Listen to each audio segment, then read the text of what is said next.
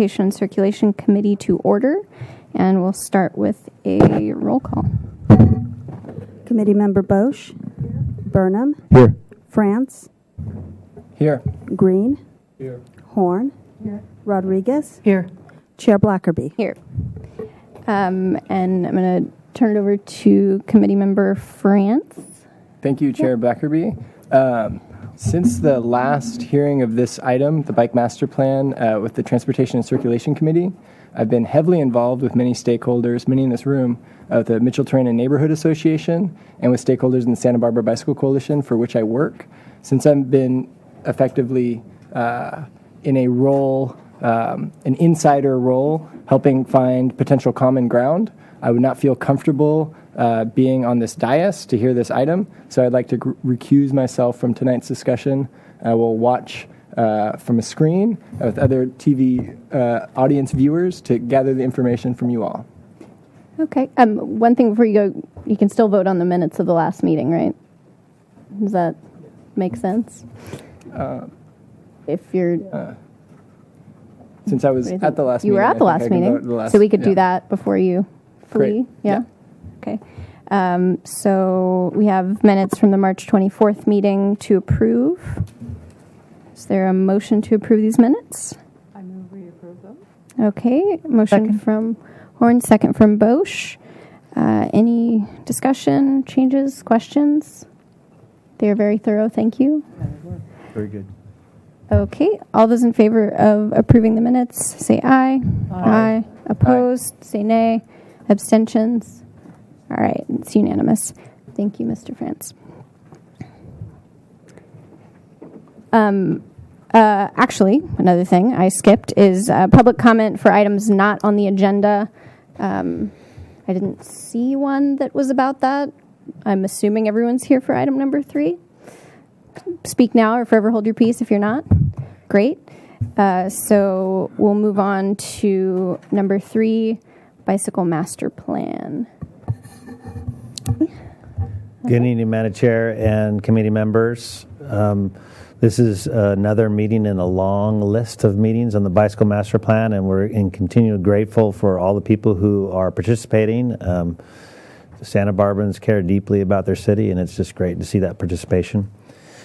This evening, we want to talk a little bit about where we've been with the Bicycle Master Plan, specifically since Council gave us some direction on March 15th at their meeting, and we've been here since then. But just to recap on that, the Council, after taking an initial direction on the Bicycle Master Plan at your recommendation and approving the plan, the draft plan that you put forward and the Planning Commission put forward, they asked us to take a step back and to get specifically have more detailed project discussion. They directed certain projects to be discussed, and also to get more public participation. There was a strong desire on Council to ensure that there's appropriate community participation, that people get their opportunity to participate as much as possible. So with that, we are directed by Council to return to the TCC and the Planning Commission before returning back to Council. So this meeting is the Transportation Circulation Committee meeting, and then next week at the Planning Commission we'll be there on May 5th. That's at 1 o'clock in the afternoon in Council chambers. And then we will return to Council for a series of meetings, as many as 2, maybe more, but starting June 14th for direction from the Council on how to proceed with the plan. We have, for tonight, these are the specific projects that we are taking what we're calling a deeper look into the draft master plan. It's okay to ask about other projects. We have team members here although we don't have the consultant here this evening because that budget has run its course, but we do have team members that can speak to other projects. These are the ones that we are hoping to, or have been directed to, discuss tonight. Mitchell-Torrena, East-West Connection, these are the kind of the backbone. Coda, Haley, Green Lanes, Chino Bike Boulevard, bike boulevards in general. Really, we really want to make sure that people understand what that is. Cabrillo Boulevard bike lanes and Rancheria Street bike lanes.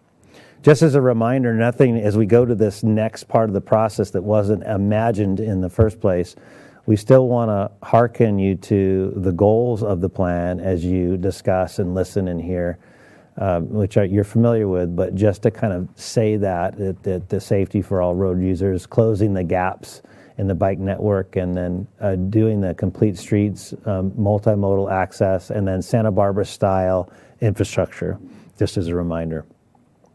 Also, as a reminder, we're just talking about a few projects today, but the draft master plan was a complete plan to implement those 4 goals. So we have kind of the overview, just to recognize that, and then we'll get focused on a couple things. So focused now on the Mitchell-Traina east-west connection.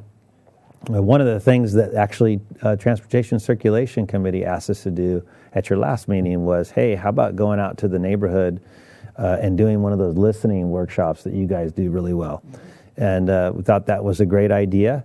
And we did that at Trinity Episcopal Church on 4/12/16. At that time, we actually vetted 11 alternatives. And they were new alternatives to us, but they were the full breadth of alternatives that we have reviewed internally, some of which we hadn't thought of or just heard from the public and then looked at and shared in this listening workshop. We also talked to them about the 77 spaces now that we're kind of up to 77 spaces recovered. Remember, the Mitchell-Traina Green Lanes was an exercise in parking removal, which of course is a painful thing to do.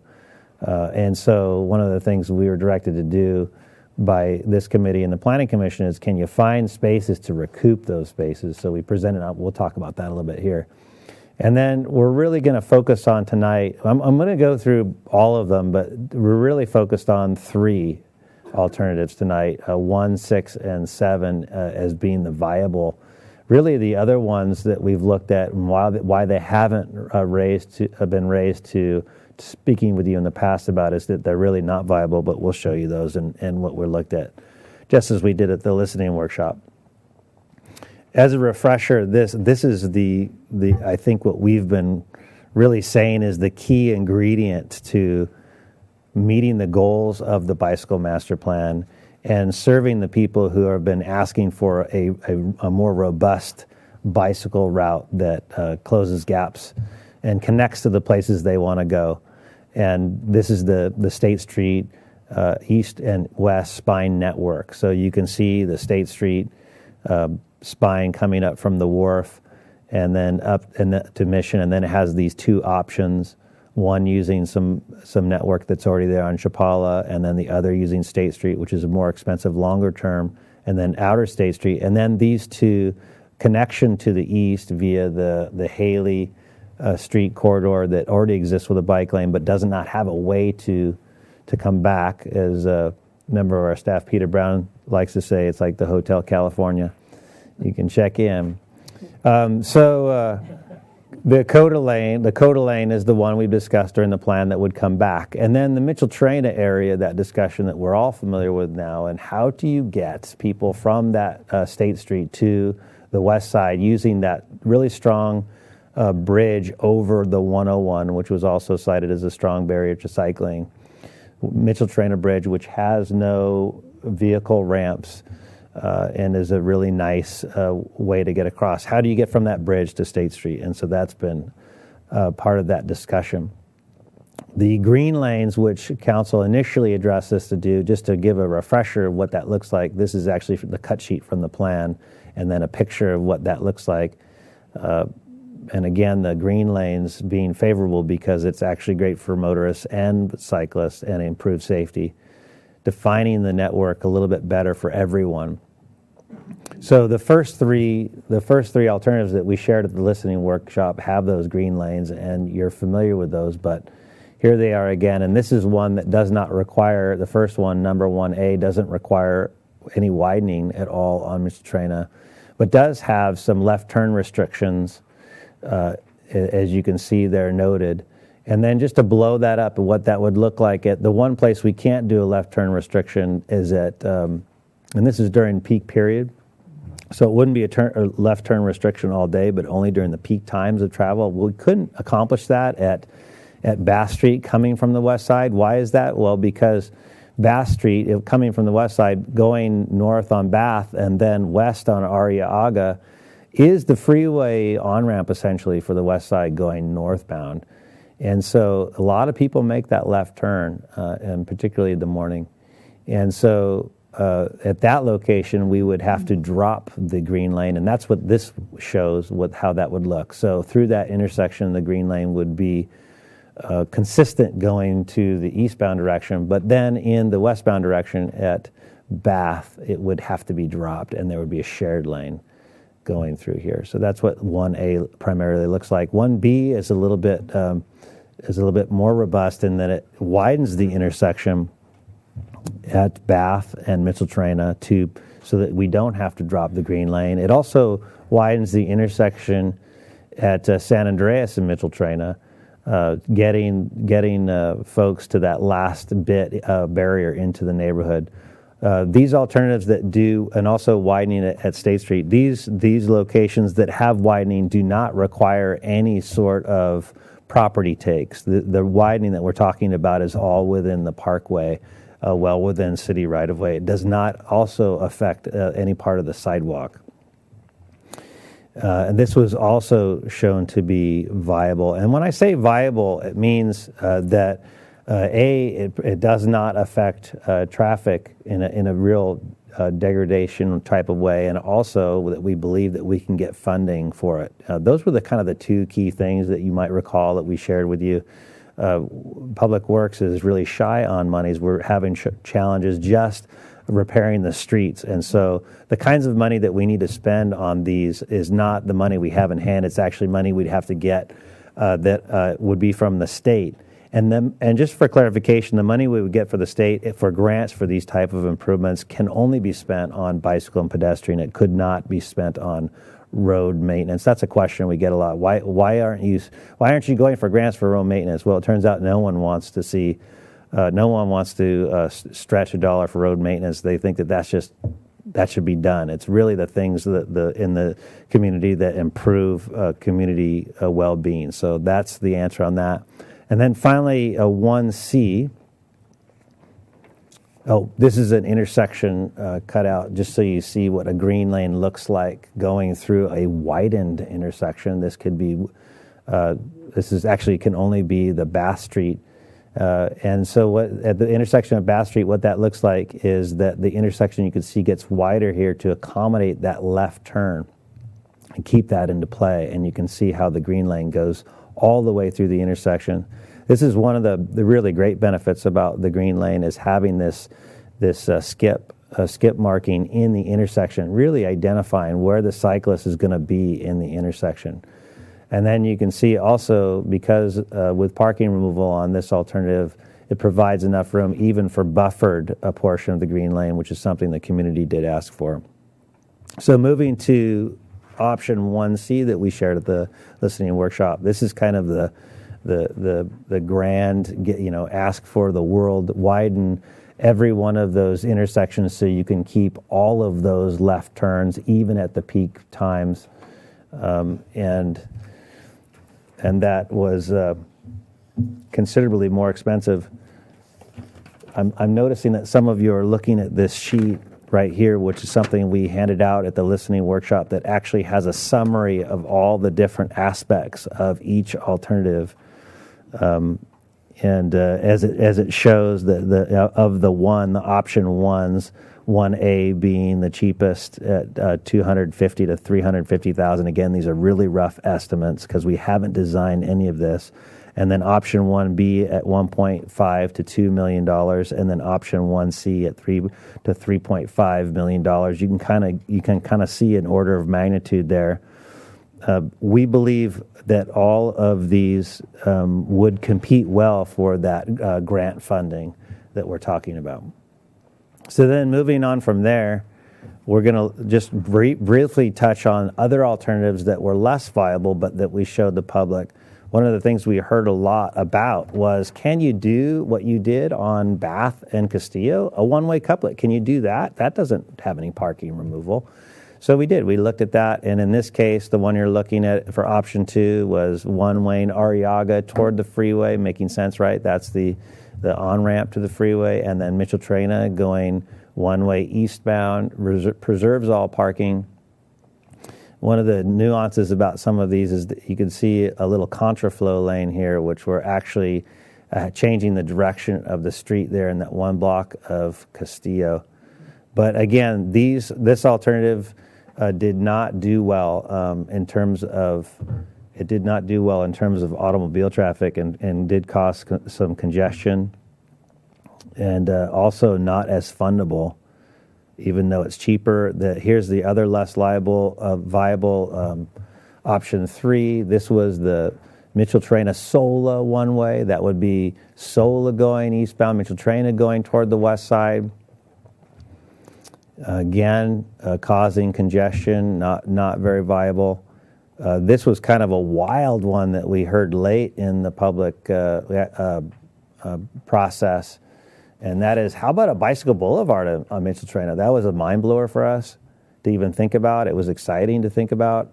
But, and so how that would work is essentially you're putting diverters so that people can't drive through on Mitchell-Trena. That means that all the traffic would need to work its way around in the grid, which grid is very good for automobile movements, work their way around in the grid to get to Mitchell-Trena. And it actually was kind of stimulating to think about, because one of the things that would be great for motorists is coming off the Mitchell-Trena Bridge, if you see right here, making Castillo two-way in this one block so that you didn't have to go all the way around the block to get on the freeway. You could actually turn left at Castillo and get on the freeway directly. So those were kind of some interesting things to think about and exciting, but at the same time didn't really give us the fruit we wanted on a couple fronts. Cost effective in terms of grants not working well, and not working well for motorists. And then also you do have a lot of out-of-the-way movements for cyclists. So those aren't working well. Option 5A was the Sola. This is one you had seen before in the past, was the Sola Street Bike Boulevard. And really, if you look at the next two, which are option 5s, A and B, the only difference there is there's a bike boulevard from Castillo to State, which is really great street for bike boulevard because Sola has very low volumes. And then two different ways to get to the Mitchell-Trena Bridge. One in 5A, getting to the bridge through a contraflow lane, which means that you come on Sola and you'd all go all the way, then parking removal on this block of Castillo so that the bikes could have a lane to go up. And then the same thing in the 1500 block of Castillo in order to get to the Bass Street northbound bike lane. And then on 5B, the other way was they would just use the couplet to get to Mitchell-Trena and then have the Mitchell-Trena parking removed for bike lanes in the 300 block.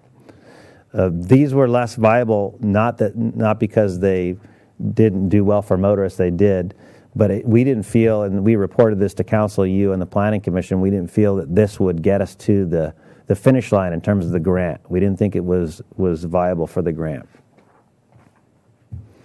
So getting into 6, which are viable, and these were new ideas that we vetted with the neighborhood that, and the way we got to the 6 series, if you will, is we were really confounded and troubled that we did not have a grant fundable way of avoiding Mitchell-Trena. That's really what drove us to think of anything possible that we could get to. Is there a non-Mitchell-Trena route that is grant fundable? And so this is what that is. And the way we did that is to make this more grant attractive, if you will, is to expand. We call it the expanded Sola Bike Boulevard. And that it would go all the way from Castillo to State, and then all the way into the east side. So we're talking State Street to Laguna Street. So you have this much grander approach, much more expensive approach, because now we're, instead of looking at 2 signals at one signal at De La Vina, and one signal at Chapala. We're looking at 4 signals, De La Vina, Chapala, Anacapa, and Santa Barbara Street. So 4 signals. But what this does do is it now becomes a little bit more of a complete route. It's not just a sideline diverted, connection from Mitchell Train. It actually has some service to the east side as well, and is feeding from the east side to State Street as well. So when we look at the grant scoring with this particular Super SOLA, Extended SOLA, we felt that the state would be more promising. It's not a guarantee, it's just more promising, and we feel like we could get this grant. There's a couple different variations with 6A, 6B, and I think there's a 6C that we're talking about, which is kind of a hybrid. And 6A is you connect the SOLA Bike Boulevard or Extended Bike Boulevard to Castillo with those contraflow lanes. So that means that the parking removal would be on Castillo in the 14 and 1500 blocks, one side of the street for that contraflow lane to go north. That allows cycles to do 2 things. It gets them from the SOLA Bike Boulevard to Mitchell Traina. It also gets them from Mitchell Traina up Castillo and over to the bike lane on Bass Street. One of the things that's really important to keep in mind, and we haven't talked about this in a long time, but Bass Street and Castillo Street couplet extensions is one of the projects in the draft plan. So what that does is it extends the bike lane couplet from Mission north to the hospital, or just shy of the hospital. And that was shown to be great for bikes and great for motorists, some congestion reduction. And so we want to make sure that as we do that, we're also connecting this Mitchell Traina Bridge to get to those bike lanes. That's one of the things we heard in the process is that a lot of folks who work actually at Cottage and ride their bikes from the west side. So whenever we think of this SOLA alternative, we need to think also, okay, well, we still need to connect people to that northbound Bass Street couplet. So that's how it would do it in 6A, is through the contraflow lanes. And then with 6B, it uses the couplet in this case. So you come off of the bridge and say in the morning you're going downtown, you just turn right like a lot of people do now at Castillo. But on the way back for SOLA, you would use the couplet going north, and then it would be the 300 block which would have the parking removal to connect that bike lane to the Mitchell Traina Street Bridge. There's perhaps a hybrid to this, and we're not showing it, but it's one of the things that we've discussed and we hear that other people are discussing out there in the community, and that is that you would have the contraflow lane, and then you would also have parking removal on one side of the 300 block. That would be the southerly side, so that people in the morning could go straight to get to the Bass Street bike lane going north. So that's just a hybrid. All of these are viable. We believe all of these are potentially grant funding. We feel confident that when we write a grant, we're not doing it in futility. We think it's possible that we can get a grant. Option 7 is simply the one we ended up with when we left council and came to you, and that is the 300 block having both sides of parking. This is 300 block of Mitchell Traina, both sides parking removal, just so that the Mitchell Traina Bridge would connect to the existing network. We also talked to the neighborhood about parking removal, and this is a slide that I don't think we showed to you, but we showed to council, and we initially found about 13 spaces. These were mainly made up of red curb that we felt we could safely reduce in order to add spaces. So you can kind of see, here's Castillo and here's State Street. You can kind of see where these are located. Some are near intersections, which is very commonly a place where you'd find the more red curb. And then we also, after that, it's really funny when we're not commonly going around looking for more parking on the curb. It's just not a safety assignment. But it's interesting when you start to look how you start to uncover more and more possibilities. So this map shows that we found as many as 77 spaces possible in the area. They're kind of spread out, as far out here as Valerio, so that's getting away from Micheltrena. And as far down here as Victoria, so again, it's a little bit further from Micheltrena. And then some of the lion's share are relative to the business district area in the 0 block around the intersections. And then 13 spaces, this big clump, which constitutes a large percentage of the spaces we found, would actually be on SOLA, because as people have said in the process, SOLA is wide and quiet. So we could put nose-in parking actually on SOLA in the 0 block and get about 13 spaces on one side and about 3 on the other. So 16 spaces total there.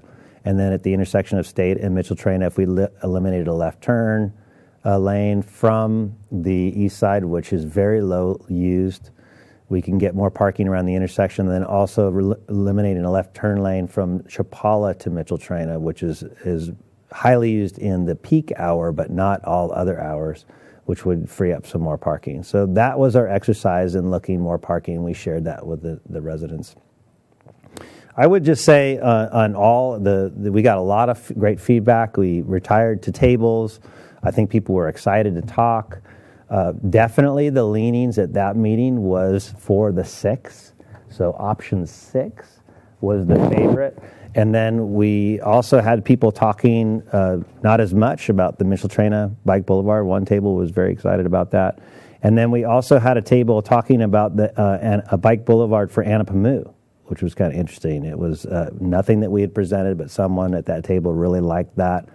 The challenge with doing that is that Anapamu is a big bus route, and it's also a big travel route to Milpas. So we're not sure that would work. We don't think so, but just wanted to share that came up. So kind of in conclusion for that listening workshop effort, we thought it was pretty successful. I think people came away, maybe came to the meeting a little skeptical of if it would work, but went away feeling pretty positive. And that conclusion is that that 6A or 6B were the most favorable at those meetings. So we're going to try to get through all this. There's a lot of information. Come back for questions. So with CODA, Haley, Green Lanes, and I'm going to pass it off to Peter if I get too tired here. We have, this is the existing Haley Green Line we're painting, and then also adds Ortega bike lane in the eastbound direction, CODA westbound Green Lane options. Here's some changes that we've just had developed in the last week that we want to share with you. We had a CODA detail, and I'm actually going to go to it. I'm going to show it to you. Before I do, I just reinstating that this is part of the spine network we're talking about right here, and specifically we're going to talk about CODA because Haley already has a bike lane. Bless you. And the computer. So here's the overview, if I can go back to it.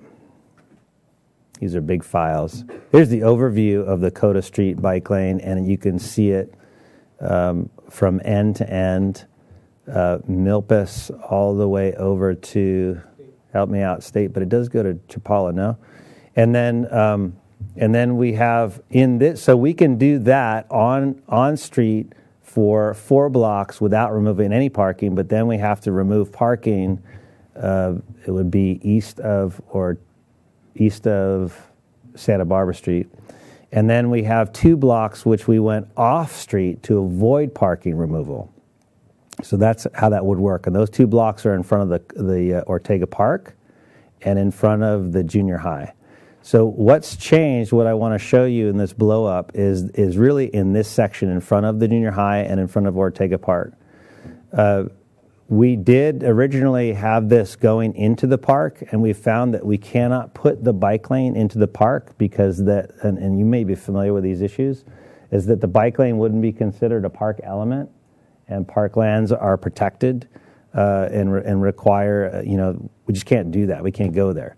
So instead of that alternative, just to refresh your memory, how that was going to work is there's a 6-foot sidewalk along there, and we were going to expand that sidewalk by 4 feet into the park. So, and then we'd put the green lane, it would be one direction, so it would be shared walking, shared bikes, but the green lane would be on the sidewalk, so it would be really distinguishing about who's the placement. So instead of going into the park, in order to retain the parking in that block, we would come into the parkway, which is still in the street right-of-way. That would require the removal of 7 trees, but retains parking in that block. We're still planning on this off-street option right here in front of the school. This is a highly used drop-off area for the school in the morning, and so we want to continue to look at that. We have gotten the nod from the school district that they're going to approach their board for any grant that we submit to support us. But because we're looking at tree removal, 7 tree removals, we want to have the alternative. Okay, well, if council, if you don't want to remove the trees, it's the trees or the parking type of thing. And that's about that block, because it has no driveways, is actually about 30 spaces.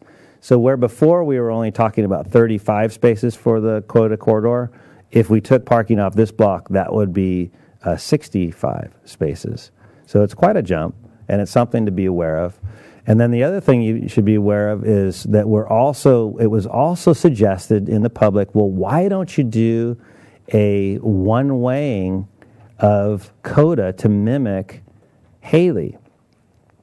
And we've really said, oh gosh, that just doesn't work, mainly because CODA, I don't know if you're familiar with this, but CODA and Gutierrez streets both extend to Alameda Padre Sierra, and they're very well traveled for folks from the Riviera to Montecito into the grid. And so messing with that has some ramifications for the neighborhood in the east side. However, we are doing traffic modeling on an alternative right now, and I'm sorry we don't have the information for you yet. We're paying for it just to uncover every piece. We're doing traffic modeling to see what kind of disruption that would cause. We are also looking at an option that may lessen that, and that is to have Gutierrez go back to 2-way for a certain portion, so that Haley and CODA are the primary couplet rather than Haley and Gutierrez, if that makes any sense. Those alternatives, we don't know exactly what the price of those would be.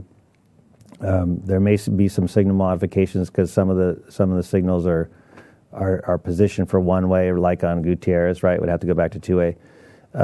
But we will get those results. We'll hopefully, I think we'll have them for Planning Commission, definitely for Council. But those are the 3 alternatives for CODA. So just because they're new, I'm going to review them. So and I'll go back to the summary slide.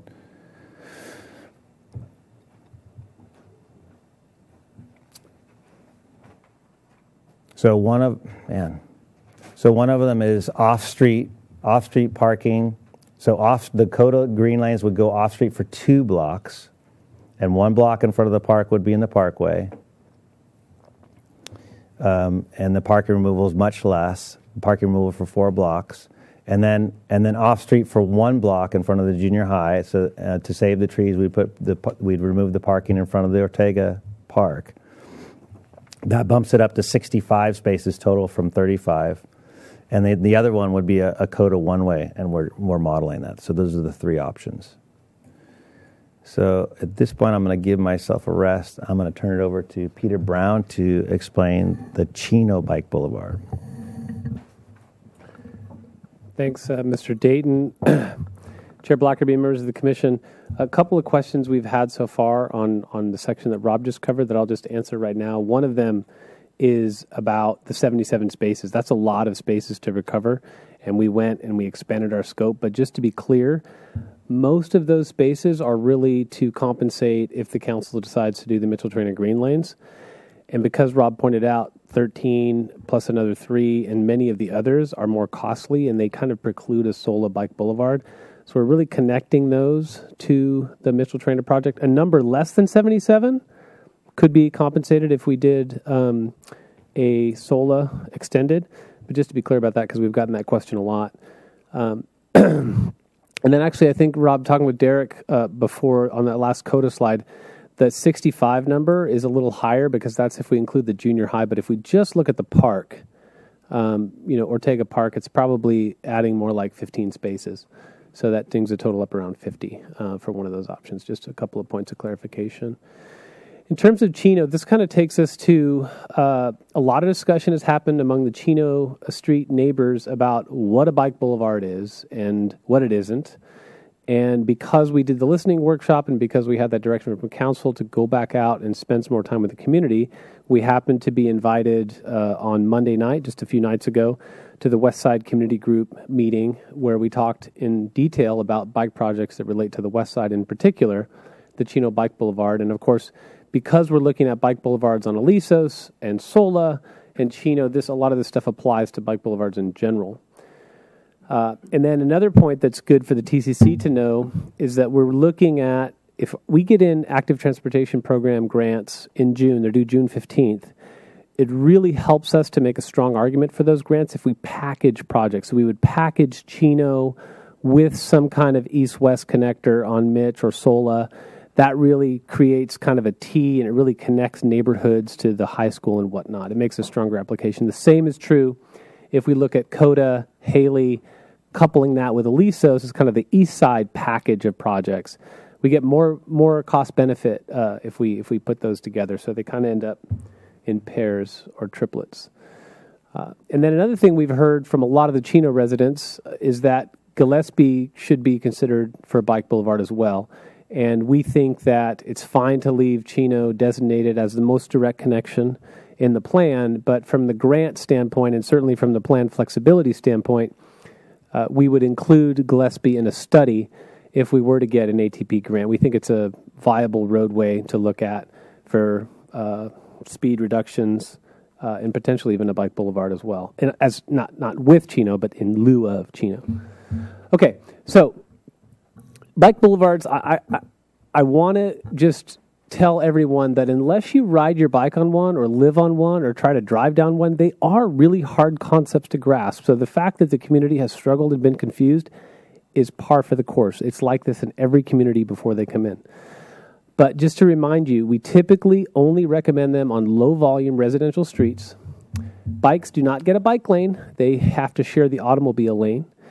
And they have the right-of-way. They're allowed to go down the middle of the lane. If you're in a vehicle and you come up on a bicyclist in a bike boulevard, you're free to look around that cyclist, and if it's clear, you pass. If typically you're driving faster than he or she is riding, and that's fine.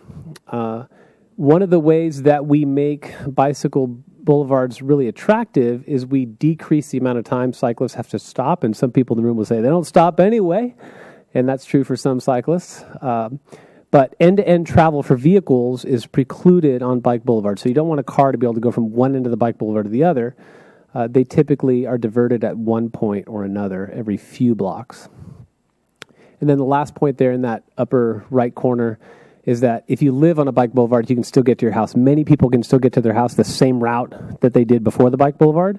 Some that live closer to a diverter may have to access from a side street. And then some photos. The upper left is a demonstration we did on Aliso Street last summer. The one on the upper right, and we'll take a closer look at that. That's the Morro Street Bike Boulevard in San Luis Obispo with a bicycle going through a right turn diverter where bikes are allowed to go through and cars are asked to turn. And then another big part of bike boulevards is the stenciling and the signage and really the branding of the bike boulevard that attracts cyclists into what a lot of people call neighborhood greenways. So looking at the west side direction, when we went to council in July of last year, I think it should say 2015, not 2014. That may have been feels like for some people. And we were considering one-way couplets on San Andres and Chino, and just to remind this committee, a lot of the residents weren't into the one-ways, and so we took that out of consideration, and that's when, okay, if we really need this west side connection, and we're not going to do one-way streets, which put in bike lanes and preserve parking, then the only other way to do it is with the bike boulevard. So there's the Chino extent. We're going to have some issues getting across Carrillo. We've got some signal. We're actually working on some signal improvements and modifications at San Andres and Carrillo presently. But below Carrillo, we think that the volumes are so low that we could do what we call greenback sharrows or class 3 routes. There's the Rancheria portion, which we're going to talk to a little bit later. And then that's a class 2. And then the final through Pershing Park is a class 1. proposal. In terms of, again, we've run into this because there is so much interest and there's in this community is so passionate. They want to know the details, and while we appreciate that, I just want to remind everyone this is a master plan. We don't do detailed design in the master plan phase. We just kind of designate where things might go and what they might look like. So keeping that in mind, if we were to do a Chino Bike Boulevard, there's multiple ways to connect with some greenback sharrows and some directional cues. But ultimately, to get on to either Gillespie or Chino from the Mission area, this is one way to do it. And then this being Mitchell-Torrena, we think that maybe at least 2 diverters would be needed. The volumes in Upper Chino tend to be a little higher for average daily traffic. It's around 1,400. Down below, you get closer to that 2,000-3,000 cars a day. If you think about the west side, because Chino is an outlet to Carrillo, many cars that come through other streets begin to funnel to Chino and then come out to Carrillo. So in any event, whether we put the diverter on Anapamu or on Sola Street, probably one diverter would be needed to make this a really attractive bike route and to decrease the volumes and speeds for vehicles. But again, this is schematic. It's purely for illustrative purposes. And then just a few more photos that we have that kind of help us understand what does a right turn diverter look like. Well, here's one that's in place on the Morro Bike Boulevard in San Luis Obispo. This guy put his bike here for the photo, but we would probably have some signage here. We would want to allow emergency vehicles access through here. We'd be required to, as a matter of fact. But you can see how the bikes get to go through. And then if you can't read this sign, it says Bike Boulevard, and there's another one that says right here, right turn only. So if you're approaching this, you make a right. What does it look like when you cross a bike boulevard? This is that very same intersection. So here's Morro running this way. This is one of the cross streets. You can see nice pedestrian enhancements, really nice visible crosswalks. And then here's the stop signs. So we've taken the stop signs and we've put them on the cross streets. And then you can see that if you're moving down this street, you can certainly go straight and you can go right. Maybe you live a block or two from here. So this is the way you access your home. But if you live this way, you cannot make a left turn. So this is not going to be your preferred access cross street because left turns would be prohibited here. Another kind of stencil that you see in the ground that kind of designates to the neighborhood that, hey, bikes could be seen in the middle of the road here. And then do you want to talk about Cabrillo, Rob? Okay.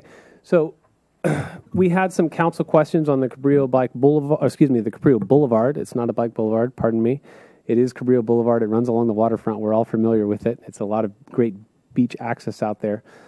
And when we looked at it, we really focused on 2 things. Number one, where is bicycle ridership the highest and where is driving volumes the lowest? And those 2 conditions combined in the area between Milpas out to Los Patos, which is right near where the railroad bridge and the 101 cross over Cabrillo. So the proposal that we studied in the bike plan was a westbound travel lane to be converted to bike lanes on both sides. So if we have 4 lanes, right? The transportation planners always count the total number of lanes. The number 1 lane is the lane closest to the median, the number 2 lane. So there's 4 lanes on Cabrillo. If we took the westbound lane and we made it 1, that would give us enough width to put class 2 bike lanes in both directions on both sides of the street. We don't have that right now in this place. So it's a big benefit, and it's a really high recreational ridership area. Today, if you go out there on a weekend, you'll actually see a lot of bicyclists spilling out into the travel lane because there's so many of them. When we modeled this, we found that we had no added delay to vehicular travel either in 2015 or 2030. So that was a plus for us. We thought, okay, if we can do this and have no delay to automobile travelers and improve safety for bicyclists and for drivers, that's a good thing. We also heard a cry out for parking at East Beach where all the volleyball goes on.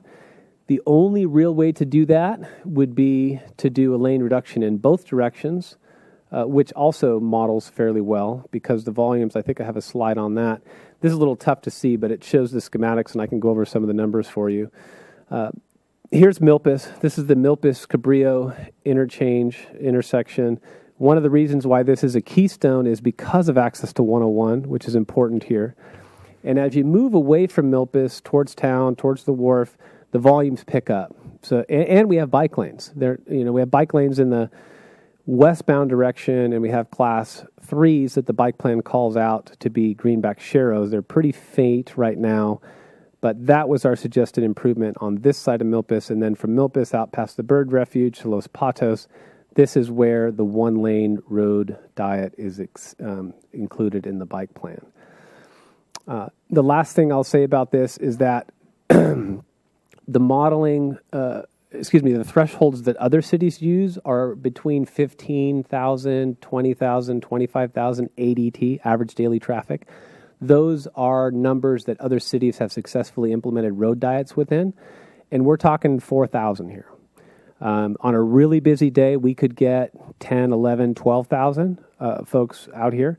But even our busiest days are below some of the thresholds that other cities have set for viable road diets. So we wanted to explain that project in a little more detail.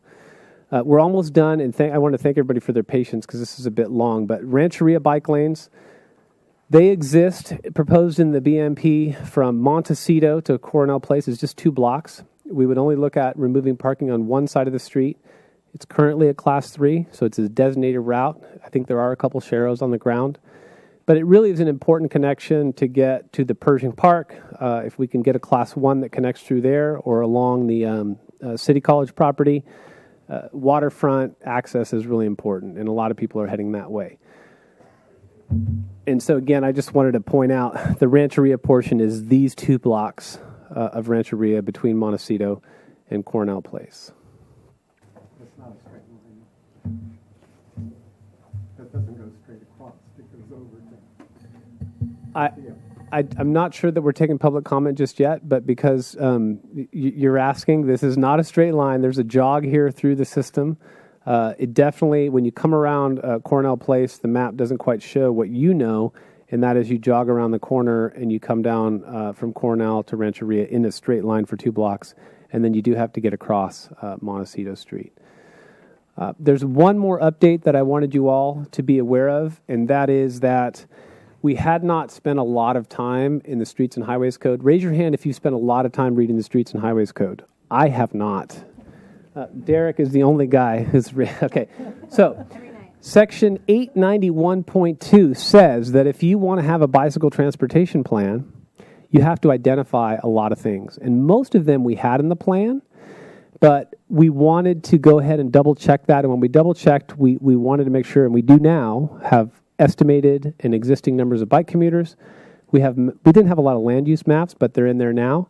We designate bike parking in the updated plan. We did not have we had a description of community involvement, which has actually gone a lot more beyond what's in the plan. But it also, the Streets and Highways Codes asked for letters of support, and we did happen to get some of those, so we included those in the appendix. How is the plan consistent with other plans? We talked about that a lot with the general plan, so that's very well documented. But the Streets and Highways Code also calls for air quality plans, the RTP, the Regional Transportation Plan, so we added language to talk about our compliance there. We definitely had future financial needs. I know Committee Member Green and several others of you really spent a lot of time diving deep on the future financial needs, but we did not have a section on past expenditures on bike facilities, so we added that. And I'll slip it back to Rob for the final comments before we go to your committee. So that's the conclusion. Sorry it was long, but I think that is what council is really asking for, is that we go into deeper level discussion. Specifically, these projects were mentioned. We can answer questions on other projects as well. I do want, and then also the opportunity for the public to participate, as we've been trying to do also at Chino and with the Mitchell Trainer neighborhood. I want to also mention that the council members are, in fact, listening to this, and 2 council members are here tonight. Our liaison council member Dominguez, and then council member Hart is also here, and then also from the Planning Commission, Michael Jordan is here. And he's a liaison for the TCC. So I just wanted to point them out. I don't think there's anyone that I missed. So it's back to the committee.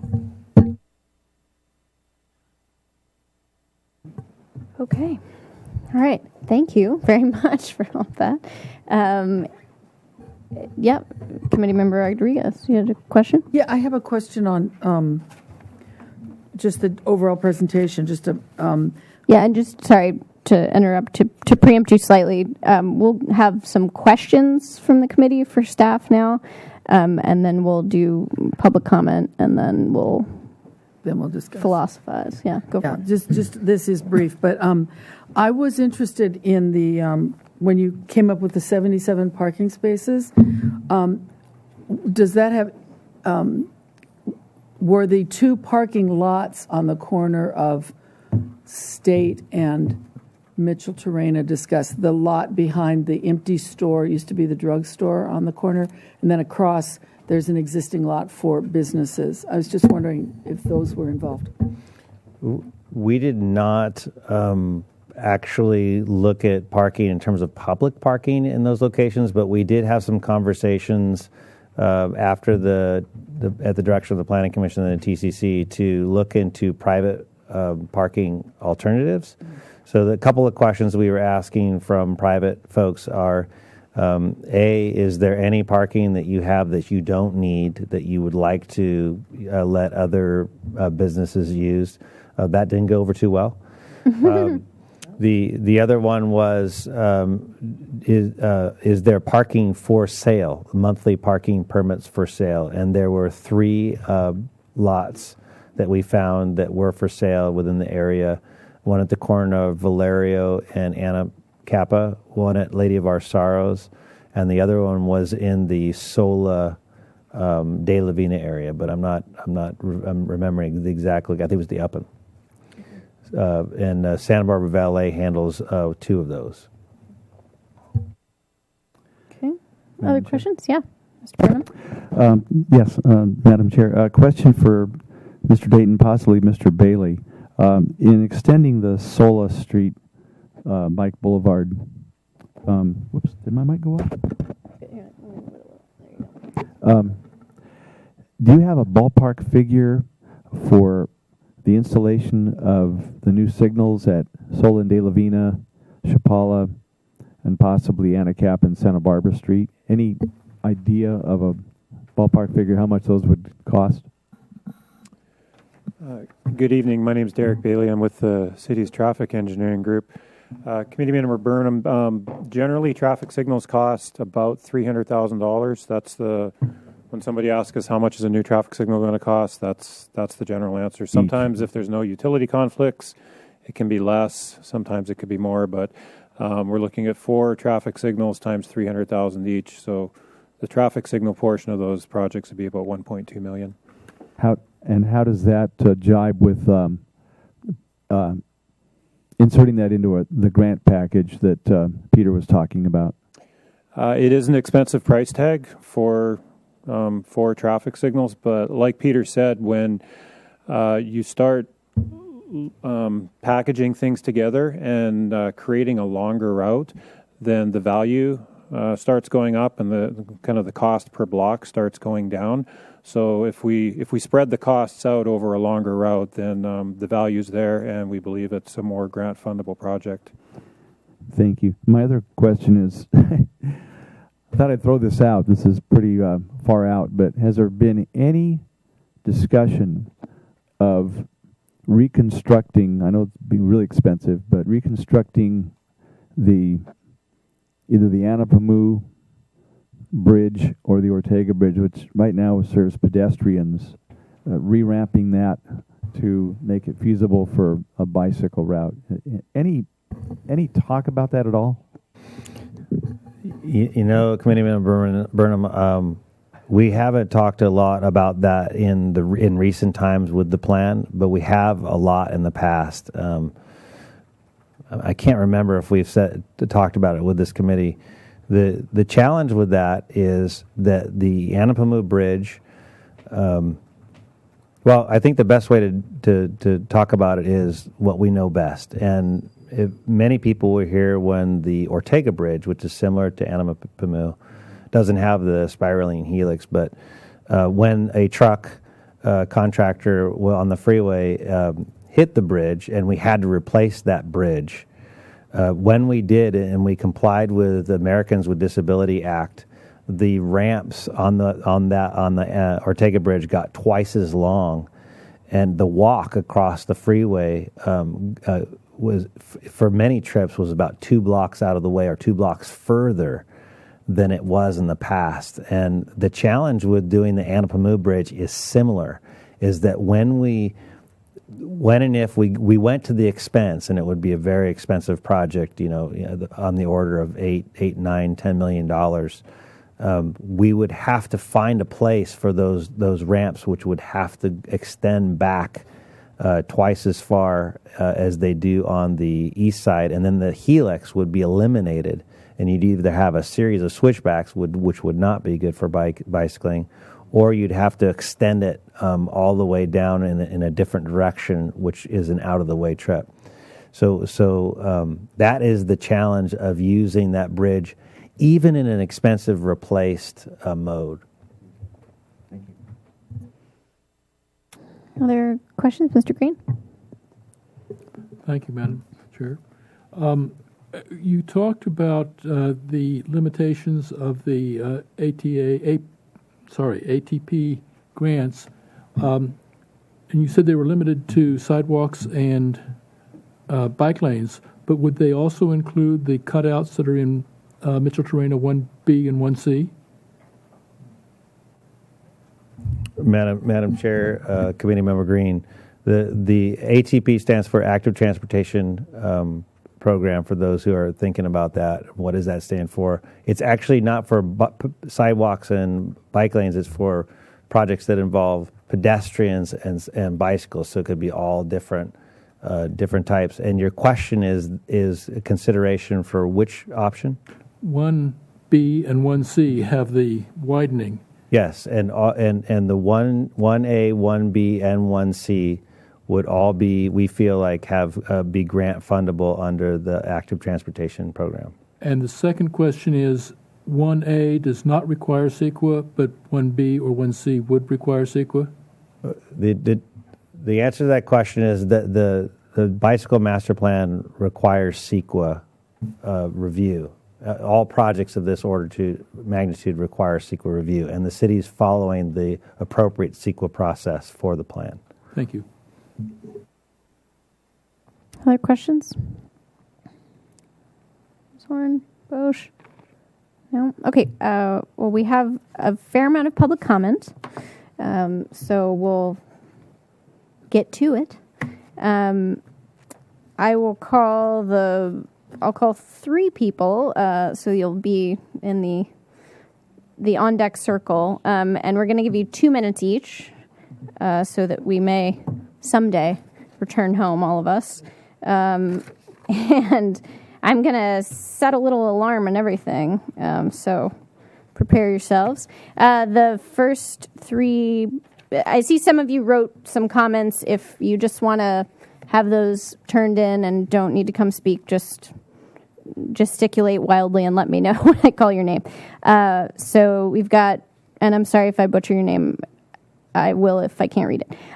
Woody Wild and Grace Wild, to be followed by Don Longstreet.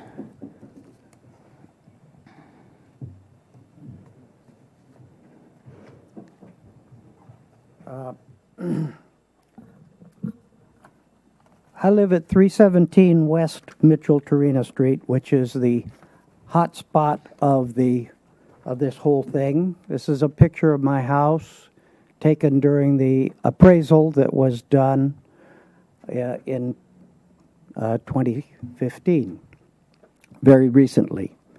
And the reason I'm showing you this is because I want to talk about my property values. Property values are very much affected by traffic and parking. If you eliminate parking on Mitchell-Torrena Street or any other street, you're affecting the property values of those residences or businesses or whatever they are. That should be something I think you should keep in mind. There's 3 or 4 parking spaces in the front of my house, and I have parking in the back. I have four units. I have parking in the back for 3 units. I only allow them to have 1 car each. If they have another car, they got to park on the street. But one of my units has no parking in the back. they have to park on the street. My wife will address that particular one.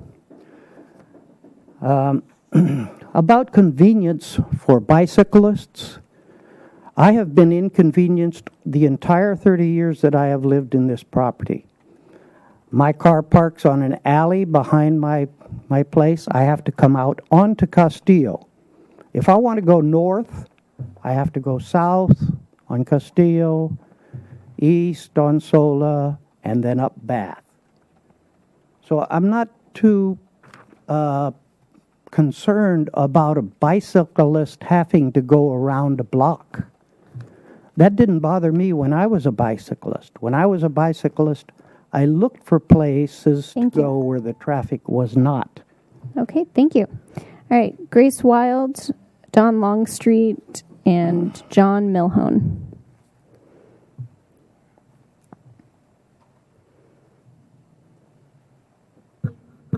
My name is Grace Wilde. Oh, sorry. And my husband and I have owned this property for 30 years. We received an award from the city because we spent 20 years trying to improve Mitchell-Terrena, and we were successful. The young man who does rent from us can only find parking over in the engineering building that he works at on Sola. And when we've had a woman, for instance, who rented that, I was always nervous because our street didn't even have a lamp, a street light, until we spent 15 years accessing one for our street. I say that regarding the parking.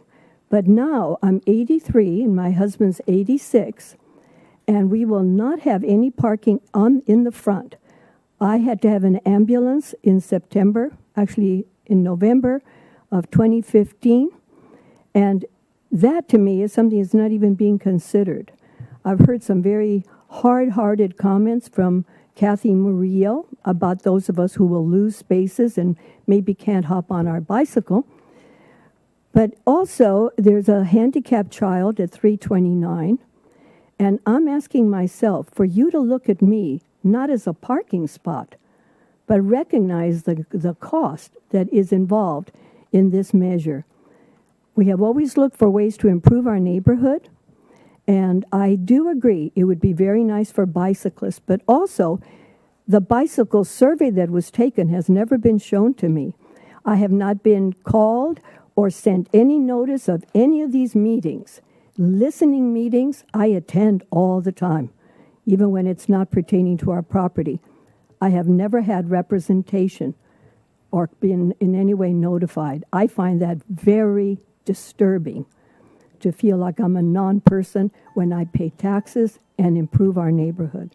So I ask that you look at us as not a parking space, but as humans with very deep needs and financial costs. Thank you. Don Longstreet, John Milhone, and followed by Terry Furukawa. Madam Chair, members of the committee, Don Longstreet, longtime West Side resident and currently resident of the Mitchell-Terrena corridor. When we look at the design and we look at the new features, I think we still need to remember what the basic design criteria is for bicycle transportation. It has to be safe, direct, simple, and as Mr. Dayton has pointed out, it has to be viable, which means it can physically happen in our lifetimes. The Sola Street design, I have a lot of problem with because it still does not address the safety at either Castillo or Bath Street. Castillo Street drops a total of 15 feet plus from Mitchell-Terrena to Sola Street. So vehicles tend to go faster. That's where we had the last vehicle totaled. In terms of functionality, Mitchell-Terrena currently has controlled intersections from Chino all the way to Garden Street. The signals are in, the stops are in.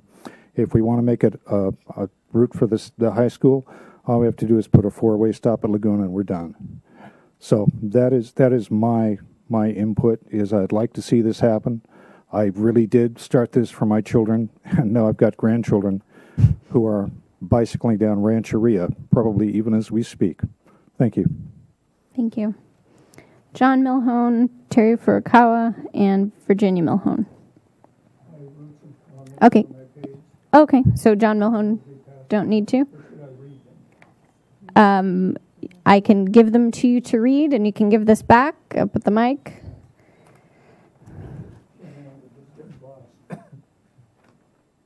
So I'm John Melhone. I live at 1434 Bass Street.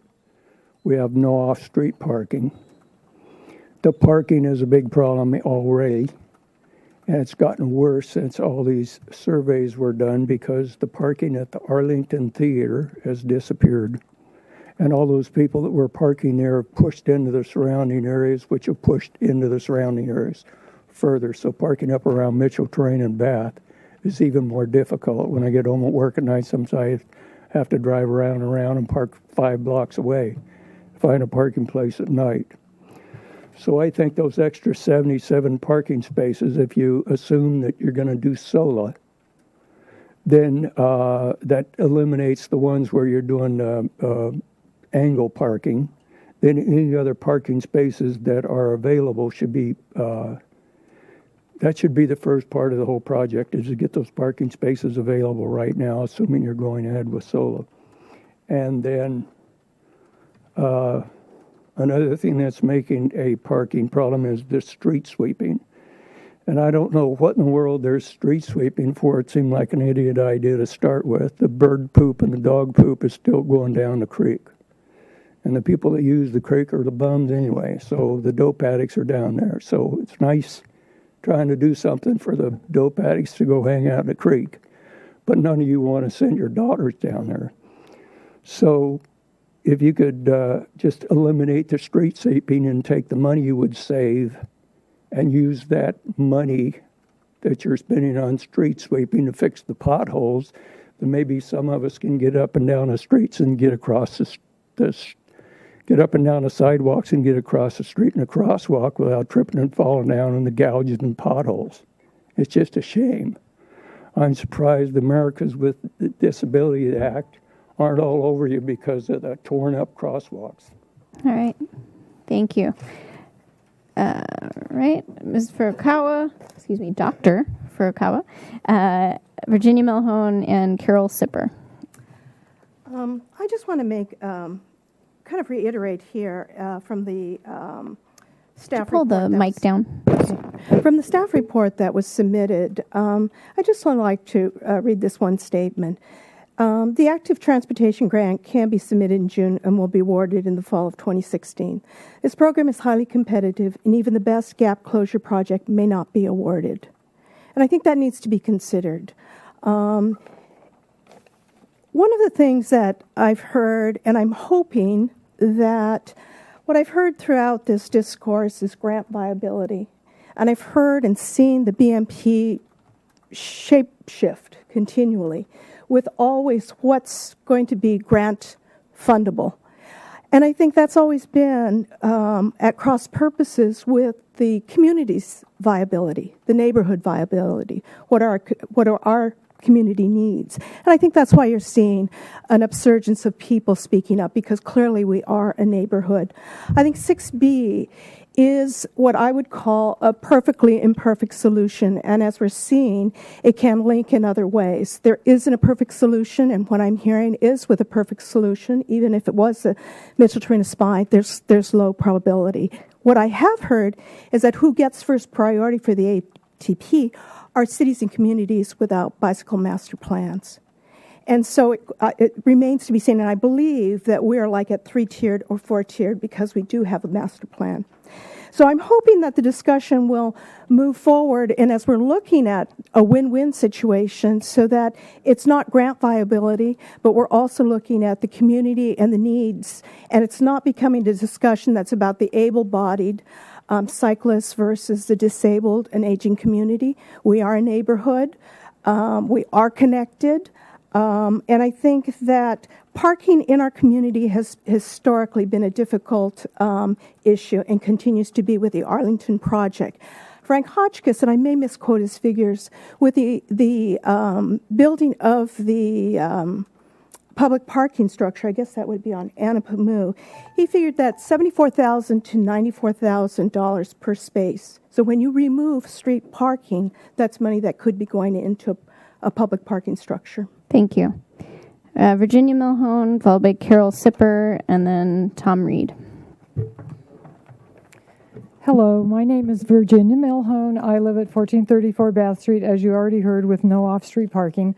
We bought that house 30 years ago. It was built 100 years ago. 30 years ago, we could find places to park around there. Now it's very difficult as it stands. Street sweeping makes it almost impossible several days a week. At night, if I have to park 4 or 5 blocks away after driving around, polluting the air several times, and then walk home in the dark by myself, it's kind of scary for me. I personally prefer Sola Street, and preferably without removing any parking or having any of the bike lane on Mitchell-Torrena. I don't think that's going to be ever safe. We have an office on Chapala above Mission, and since that bike lane has been put in up there on Chapala Street, we have bicyclists riding both ways on the sidewalk. One of them hit a patient of mine. She was going the wrong way on Chapala on the bicycle on the street, the sidewalk, and broke her pelvis, and of course took off. And I'm not saying all bicyclists do this. I actually would like to see them have a really viable way. I worry there'll be way too many people on Mitchell-Torrena trying to go really fast if you take out the parking. Green lanes will not help people when you've got somebody distracted, texting or whatever. They don't have any protection by a green lane. Cars at least parked there kind of slow everybody down. And for me personally, of course, because I have a landlocked property right next to the La Bamba Market, I have to park in the red zone, or I'd have to figure out how to get up over the curb, and I don't even have enough of a front yard to even park a motorcycle. So I would really like to see Sola without removing any parking on Mitchell-Torrena, because it's such a busy street, and I'm not the only landlocked property there. The La Bamba, the cottage next to us at 1434 Bath Street, the first cottage around the street on the other side of the La Bamba, we don't have any way to park any vehicle other than on the street. So that's a problem if we're going to unload our groceries. So thank you. Thank you. Carol Sipper, followed by Tom Reed, and then Marvin Luzum. Hi, I'm Carol Sipper. Good evening, everyone. I'm very impressed with the work that's been done and the care that's been taken since the last time we gathered for this this specific project. My husband and I have lived and worked on Mitchell-Torrena Street for 30 years. Using Mitchell-Torrena Street for bike lanes will never be the safe passageway that it was hoped by some to be. It is too narrow, it is too busy. No matter what is done to try to fix it, the 5 intersections will still be narrow and busy. The proposed bike lanes compromised in one way or another. A cyclist coming from the west side across the freeway through these busy intersections winds up at State and Mitchell-Torrena, which, according to the master bike plan statistic, ranks second in the entire city for a number of bicycle car collisions. It's tied with a couple of other intersections in the city. Arriving to this busy and dangerous intersections, the cyclists are then encouraged to go onto State Street, which is already busy and not that safe. So adding many, many more cyclists to this already busy street doesn't seem to make that much sense. Should we be considering this Mitchell-Torrena Street option simply because we believe it is possible to get funding for it? That would be like deciding to use a faulty parachute just because we got it for free. Thank you. Thank you. All right. Tom Reed, followed by Marvin Luzum, and then David Campbell.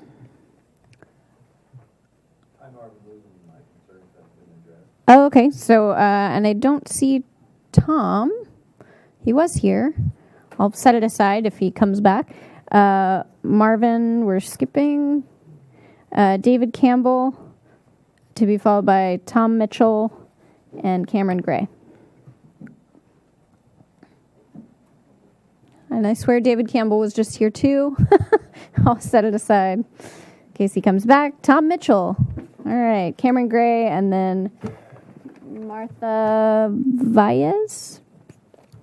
Yes. Hi, my name is Tom Mitchell. I live at 513 Cornell Place, which actually connects into Rancheria. So I want to speak to Rancheria, and I've been my fourth visit, and I'm trying to get people to understand that Rancheria is significantly different than anything else because nobody wants to talk to it, for one. And it's a 2-block, removed 24 spaces, 50% of all the spaces on the place. And when you do is there a block over here to park? Is there a block over here to park? No. If you blow up Rancheria from your picture to the little box canyon that it is, because it goes up the hill, it sits in the middle of the city college. It's highly density of apartments. I live in a place that was built 10 years ago, 9 units, 2-car parking indoors, visitor parking, 2 specs, 2. So if I have a couple friends over, more than 2, assuming nobody else has anybody else over in our complex, we're on the street. And when you go to the street, there's no parking now. You take half of them away, why would you want to live in that neighborhood? Talk about values of your property, bam. You go on the Rancheria today, turn off of, what's the name of that street down there? The old Montecito, right to the right, brand new building going up, multi-units. There's everything that's been single family has gone multi-units. Adequate parking off the street for visitors, not required.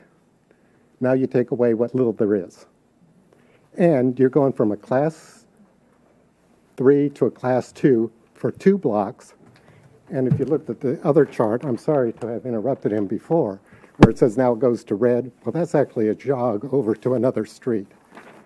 And if you look very carefully, Thank you. 2 blocks over, there's a way to get through with a bike lane on where cars don't drive through today. You can avoid it. Thank you. All right. Cameron Gray to be followed by Martha Valles or Valley, and then John Holhouse. Good evening, Transportation and Circulation Committee members. My name is Cameron Gray, and I'm speaking on behalf of Community Environmental Council. I want to thank staff for all their continuing work on the Bicycle Master Plan. And I'll keep my comments brief tonight. Really, our nonprofit just wants to highlight the fact that the quality and the types of projects in this Bicycle Master Plan will directly affect the city's ability to achieve goals laid out in the general plan, the climate action plan, and the proposed goals in the updated Bicycle Master Plan that is before you tonight. We feel it's really imperative to take a long-term view and really try and balance the long-term needs of our community with the current needs of our community. Looking forward, we're going to have a number of challenges. We've got the widening of the Highway 101 that will bring more traffic to our community. We also have a job housing imbalance that we're currently trying to correct. One of the ways that we're going to need to do that is to do more high density and mixed use development. I know that's an ongoing issue for the community. And really, we need a strong bicycle network to reduce the number of vehicles on our roads, because all those changes are going to bring more vehicles to our roads unless we can shift people to the bicycle mode. So just really encourage decision makers to keep that in mind moving forward. And thank you very much for your time. Thank you. All right. Martha, did I get it anywhere close to right? Valles? Vallejo. Okay, there we go. Didn't see the O. Followed by John Holhouse and then Gabrielle Johnson. Yes, my name is Marta Vallejo, and I'm the owner for the house for 37 years. And I think it's not a good idea that one you have for the bicycles, because the people, they live more years, they need the parking in the street. That's it. Okay, thank you. All right, John Holhouse, Gabrielle Johnson, and then Nancy Gottlieb.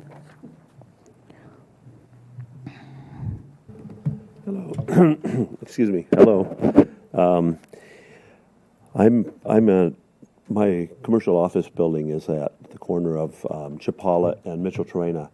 And not once on any of these meetings have I been noticed or any of my tenants been noticed about them, but I'm glad we're involved in the communication now and in the loop. At the start, when the Transportation and Circulation Committee was established, there was a provision in there for mitigation of parking, and that's in. I talked to Gil Garcia, who was on the board on the city council at the time, and so that's a kind of something there. And so I think we have to really value that parking and what that's going to cost to replace that, because there's talk about 180. But a lot of those parking spaces are 90 minutes, and those get turned over 10 or 15 times in a day. So add another 100 to those of usable spots especially in the business area, but all of that whole 4 blocks. Also, somebody said that that was going to be it's everything set up, all the lights are all there. The intersections will have to be widened. I know there's discrepancies and there's debate about that, but it's my understanding that 4 of the intersections are going to have to be widened at $500,000 approximately per intersection. That shouldn't go by the wayside. Also, with the parking, I don't think we should try to not lose any parking downtown if we can help it. There's the AUD zoning, which is the alternative unit density. That hasn't been felt yet. There can be another 1,000 or 2,000 units that go in there. At 250,000 that have been approved and occupied, that's when they stop it. But there's thousands, or there's 2,500 in development and in planning and processing now. Thank you. So that hasn't been felt yet. I just want to look at. Okay. Got a lot more. I know. We all do. I understand. Gabrielle Johnson, Nancy Gottlieb, and then Mark Chrisman.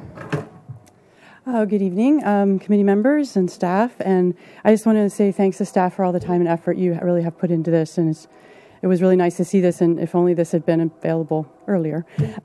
Just a few things. I'm a resident on Mitchell-Torrena. I've lived there almost 20 years. And if you listen, there's 30-year residents, 20-year residents. This is a place we stay if we like it.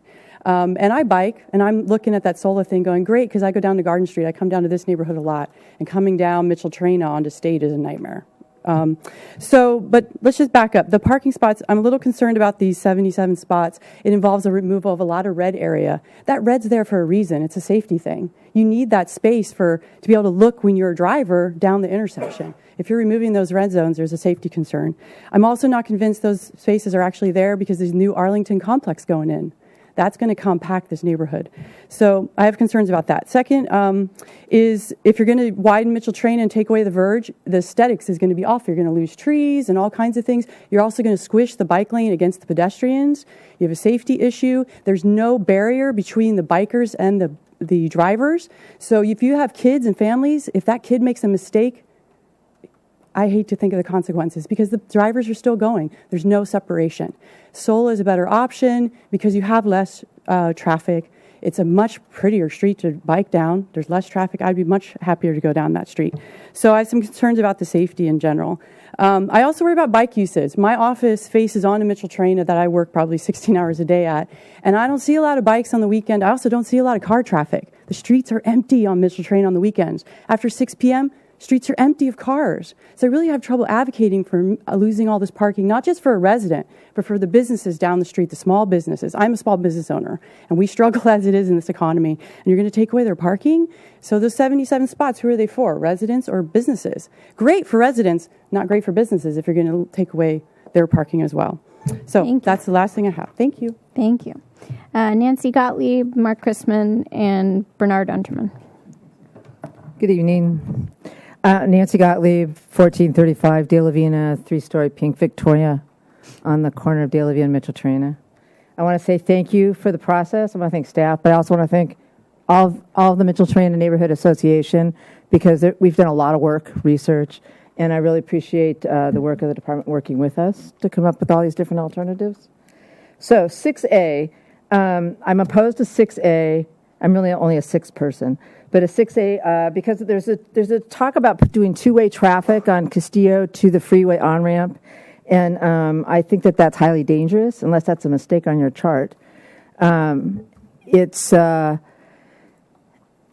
idea is that people from the west side could connect and get onto the on-ramp, but people on the west side, if they're going to go 3 blocks, they'll usually go to Mission or to Castillo, as opposed to going 3 blocks over the bridge, make a left turn, and then hope they make a right turn and get on the freeway going the right way, and not make a left onto the freeway going the wrong way. So I just want to say I'm opposed to 6A for that. It's also a greater loss in parking. 6B, I appreciate and support because it's grant fundable. It's the least amount of parking loss. It uses lanes that currently are used by bike users, and so there's no learning curve. People be familiar with the routes and utilize them. I also appreciate the extension going all the way to the high school, because getting dumped on State Street is not particularly helpful if you want to get over to the other side. And it's a great point giver on the rubric for the scoring of the grants because it's schools and kids. I also want to talk about the parking. My husband and I literally took that map and walked all of those blocks. And I can tell you, not counting the nose-in parking, there are definitely 17, no danger, they're totally safe, extra. I don't know why they're red in the first place, for sure. And there's probably another 10. I just don't know what the regs are on how many feet you have to have on corners that you could probably come up with. And then also there's... Thank you, Nancy. Let me just say one more thing. Yeah, we got the bus stops. The bus stops are at mid-block, and if they were brought a little over, you could gain 4 spots on several corners there. Thank you. All right. Mark Christman, Bernard Unterman, and Eve Sanford. Thank you. I'm a 6B supporter. I think it gets a lot more utility out of the plan, where we get extended far more across town for the bicyclists. It's the least destructive is parking space removal. All the one plans seem to be devastating for the Mitchell-Torena residents and for the businesses. So I also think 6B will be less confusing than using a contraflow lane, because nowhere else in town would the motorists be that it's a new concept, right? So if you have something that people aren't expecting, I fear for cyclist safety with the contraflow concept, just because motorists would not be expecting to see that sort of bicycle movement. So thank you very much for all of the additional outreach and consideration, and just definitely putting out 6B, I think, makes the most sense and gives us the best cross-town connectivity. Thank you. Thank you. All right, Bernard Unterman, Eve Sanford, and then Rose Aldana. Thank you. So it seems like more and more people are embracing the idea of SOLA. It is wider, 1/10 the traffic that Mitchell-Torena has, and I don't know anyone who would disagree that wider and less traffic equals safer. It's pretty hard to disagree with that. And if that's true, then narrower and 10 times more traffic has to mean less safe. And then if you take out the parking on Mitchell-Torena, people will drive faster down Mitchell-Torena. They just will. The parallel parking maneuvers that slow traffic won't be there. People will be racing down Mitchell-Torena. Mitchell-Torena will be even less safe. Another thing about taking the parking out of away from Mitchell-Torena, all of that extra driving, searching for fewer and fewer parking spaces, that's more driving. So removing parking will result in more driving, more pollution into our air. So SOLA is great. 6B, I think it's wonderful. I've talked with junior high kids who are going to be attending Santa Barbara High, and they've told me that they like that idea too. So thank you. Thank you. Eve Sanford, Rose Aldana, and Jacqueline Fortini. Thank you.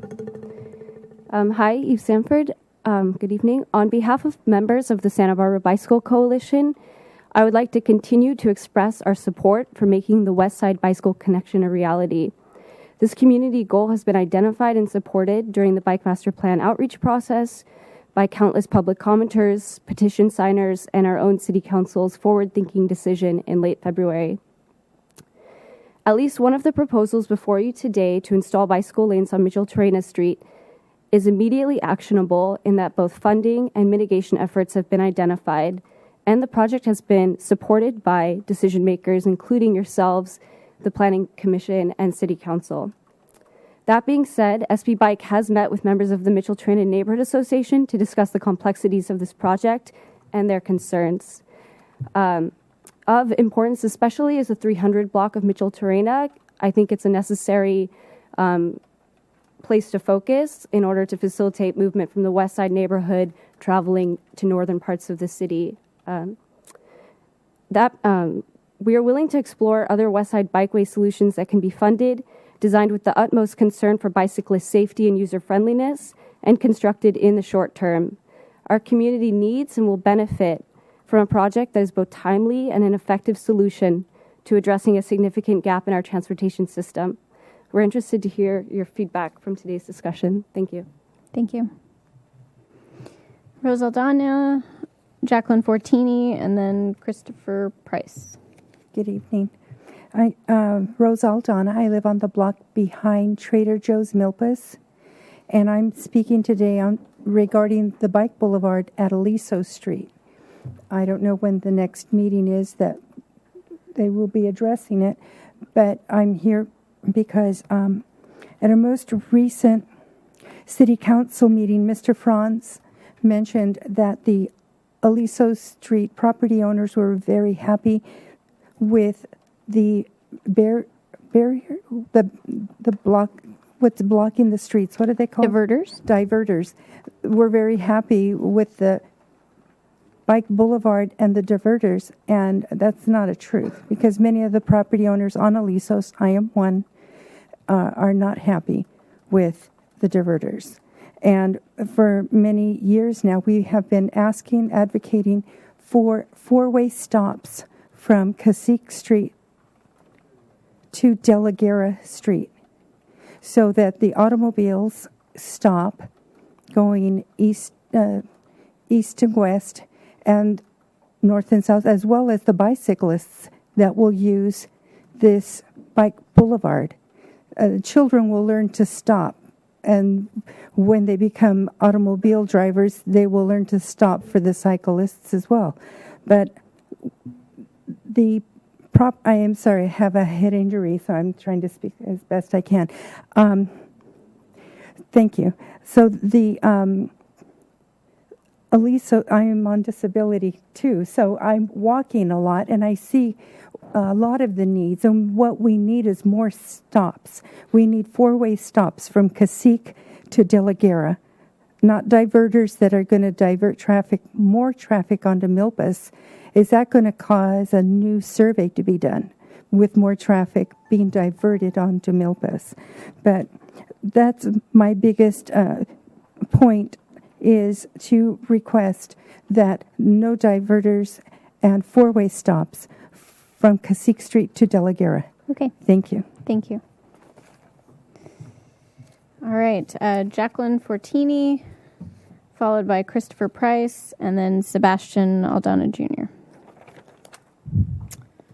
Good evening, committee members. My name is Jacqueline Fortini, and I represent a company named Bulb in Town, B-U-L-B in Town. I'm sure that at this point you're all aware that community-based crowdfunding has been offered as a solution to the city's current transportation and parking woes.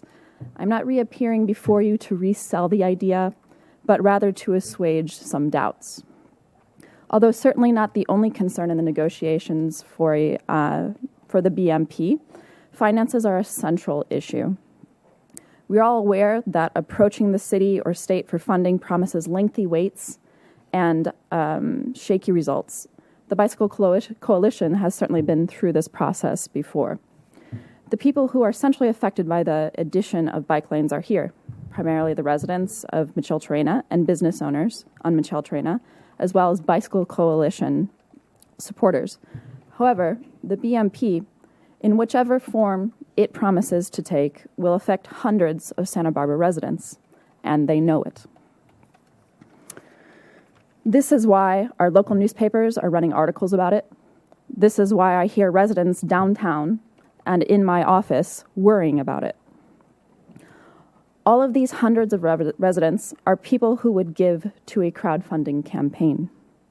The goal of such a campaign is to bring the community together to support initiatives just like this. And, as a side note, isn't our main problem here that we can't get the community to come together? I've also heard that a fundraiser is a possible idea. However, fundraisers cost hundreds of volunteer hours, quite a lot of money to rent equipment, and raise a fraction of whatever a successful crowdfunding campaign can raise. Crowdfunding is a more efficient and more effective solution. Finally, crowdfunding can provide an effective basis for obtaining a grant. Thank you. Christopher Price, followed by Sebastian L. Downey Jr., and then, unless someone turns something else in, our last speaker will be Walter Larson. Thank you. My name is Christopher Price. I'm with the law firm Price, Postel, and Parma, and we represent the Micheltorena Neighborhood Association. First of all, I'd like to thank staff for all the extra effort that they put into the listening session, coming up with these options. Everything that transpired, I think, has been very, very, very helpful for our group to better understand the plan and to focus down on an option that we can support. As you've heard, many of the Micheltorena Street neighbors support currently what we're calling option 6B. We think that it's a bicycle boulevard will well serve the bicycle community. We believe that it's an innovative design by itself will attract new riders. We think it's safer. We think that Sola Street, given its low volume, its width, could be a very attractive addition to our network.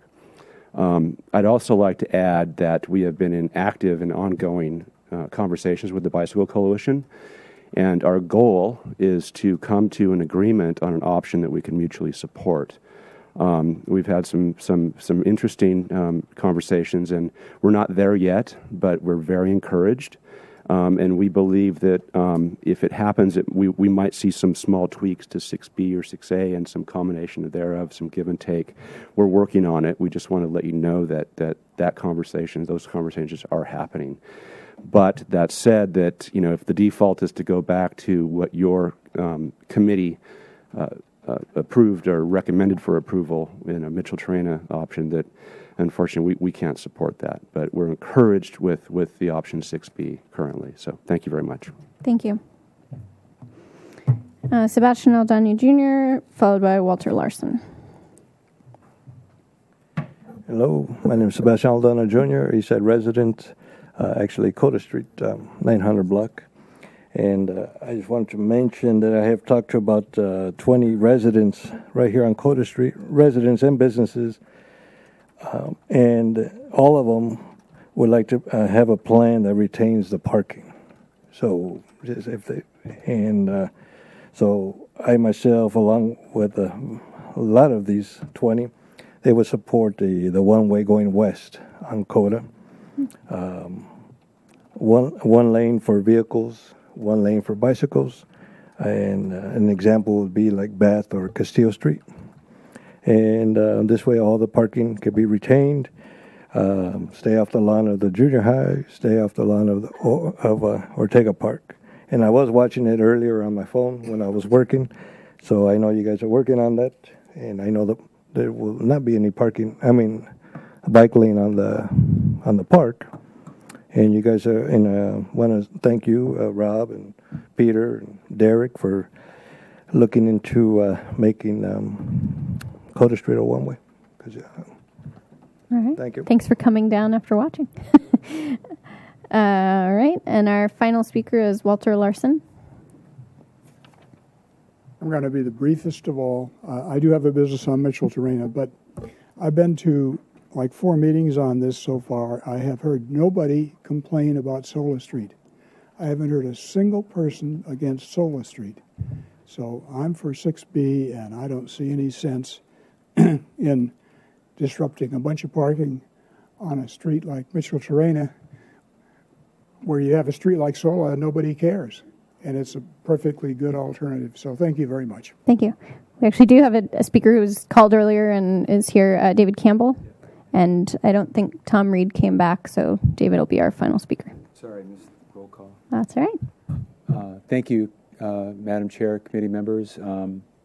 Rob and Peter and Derek, thank you very much for all your work and efforts. I'm Dave Campbell. I'm with the Santa Barbara Bike Coalition.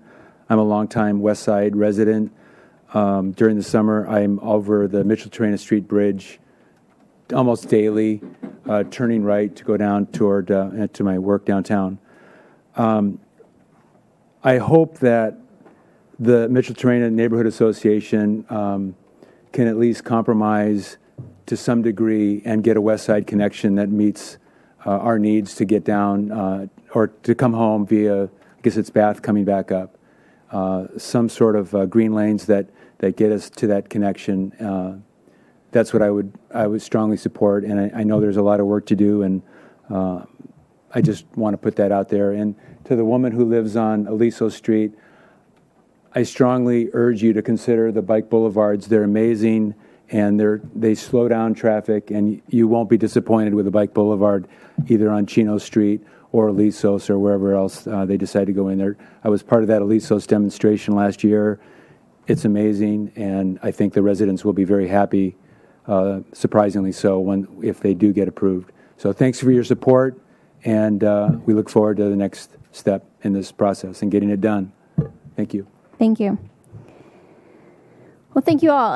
I'm going to take a chair's prerogative and say we'll take a 10-minute break to have a restroom break and stretch break. And so let's say we'll be back at 7:25.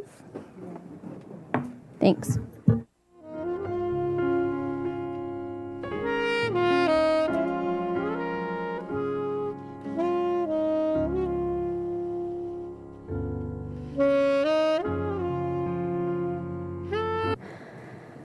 Going to bring the meeting back to order. Thank you, everyone, for indulging our short break. And thank you to those of you who are sticking around after public comment. So now it's back to the committee to, I'd say, maybe do a round of questions of staff again, and then we can go into comments and possible recommendations. What kind of questions do you have? Mr. Burnham? Madam Chair, okay. First of all, I forget who the man was. I thought he made a really good point about if you decrease parking on Mitchell-Torrena, it will not only increase the speed of traffic, but also will create many more hours of driving time for people looking for parking places. Let me ask Rob and Derek and Peter, have you done any kind of analysis or immediate initial study on sort of what that would look like in terms of more driving time, more air pollution? Maybe somebody from the Community Environmental Council might weigh in on that. But that, to me, I thought that was a really good point that I hadn't heard before in terms of looking at Mitchell-Torrena bike lanes as opposed to those on Sola. Committee Member Burnham, we haven't not done. Well, we've thought about the speeds, and I'm going to have Mr. Bailey come up and tell you about that. In terms of circling the block and looking for parking, that is something that we deal with downtown quite a bit. Customers looking for parking, and when residents look for parking, it's a little bit different because they're more familiar with the neighborhood and they're more likely to understand where to park. But regarding the speeds, Mr. Bailey, would you come out and tell us a little bit about that?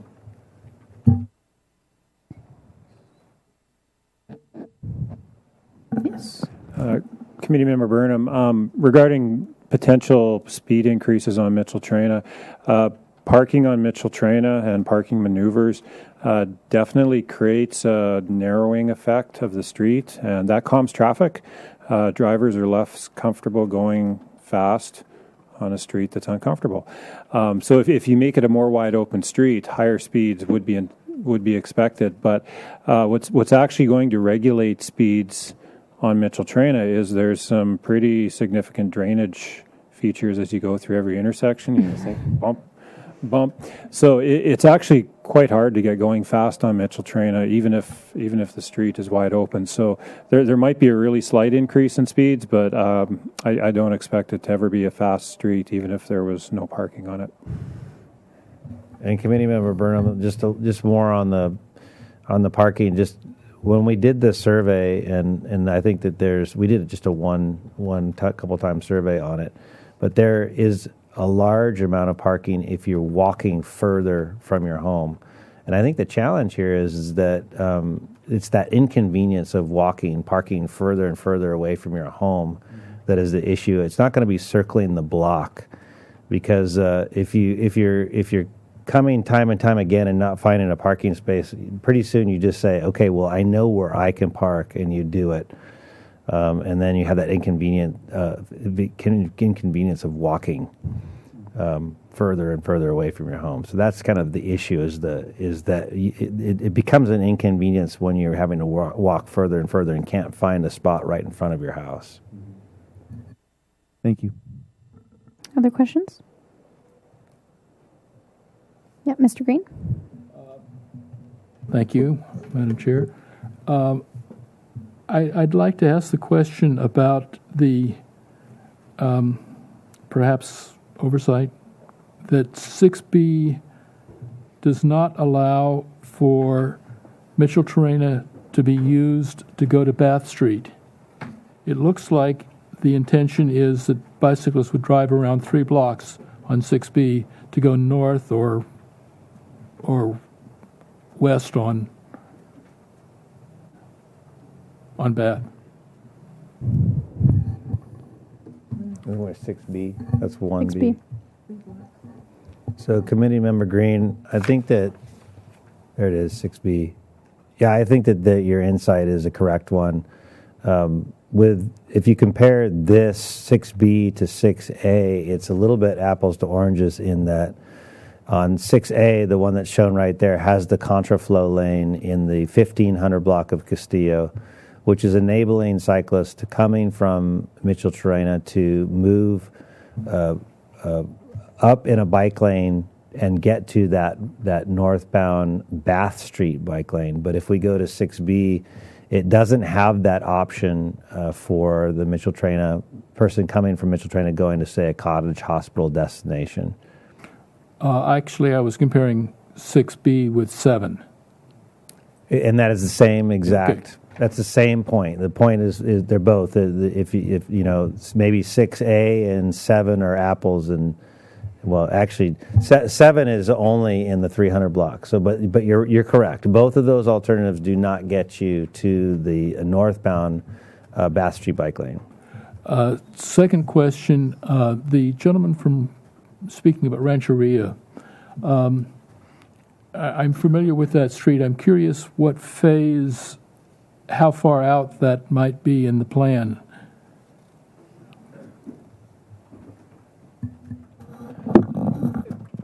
Chair Blackerby and Committee Member Green, if you recall, one of the we know a lot about the detriments to parking removal, and we've heard valid testimony about the importance of it.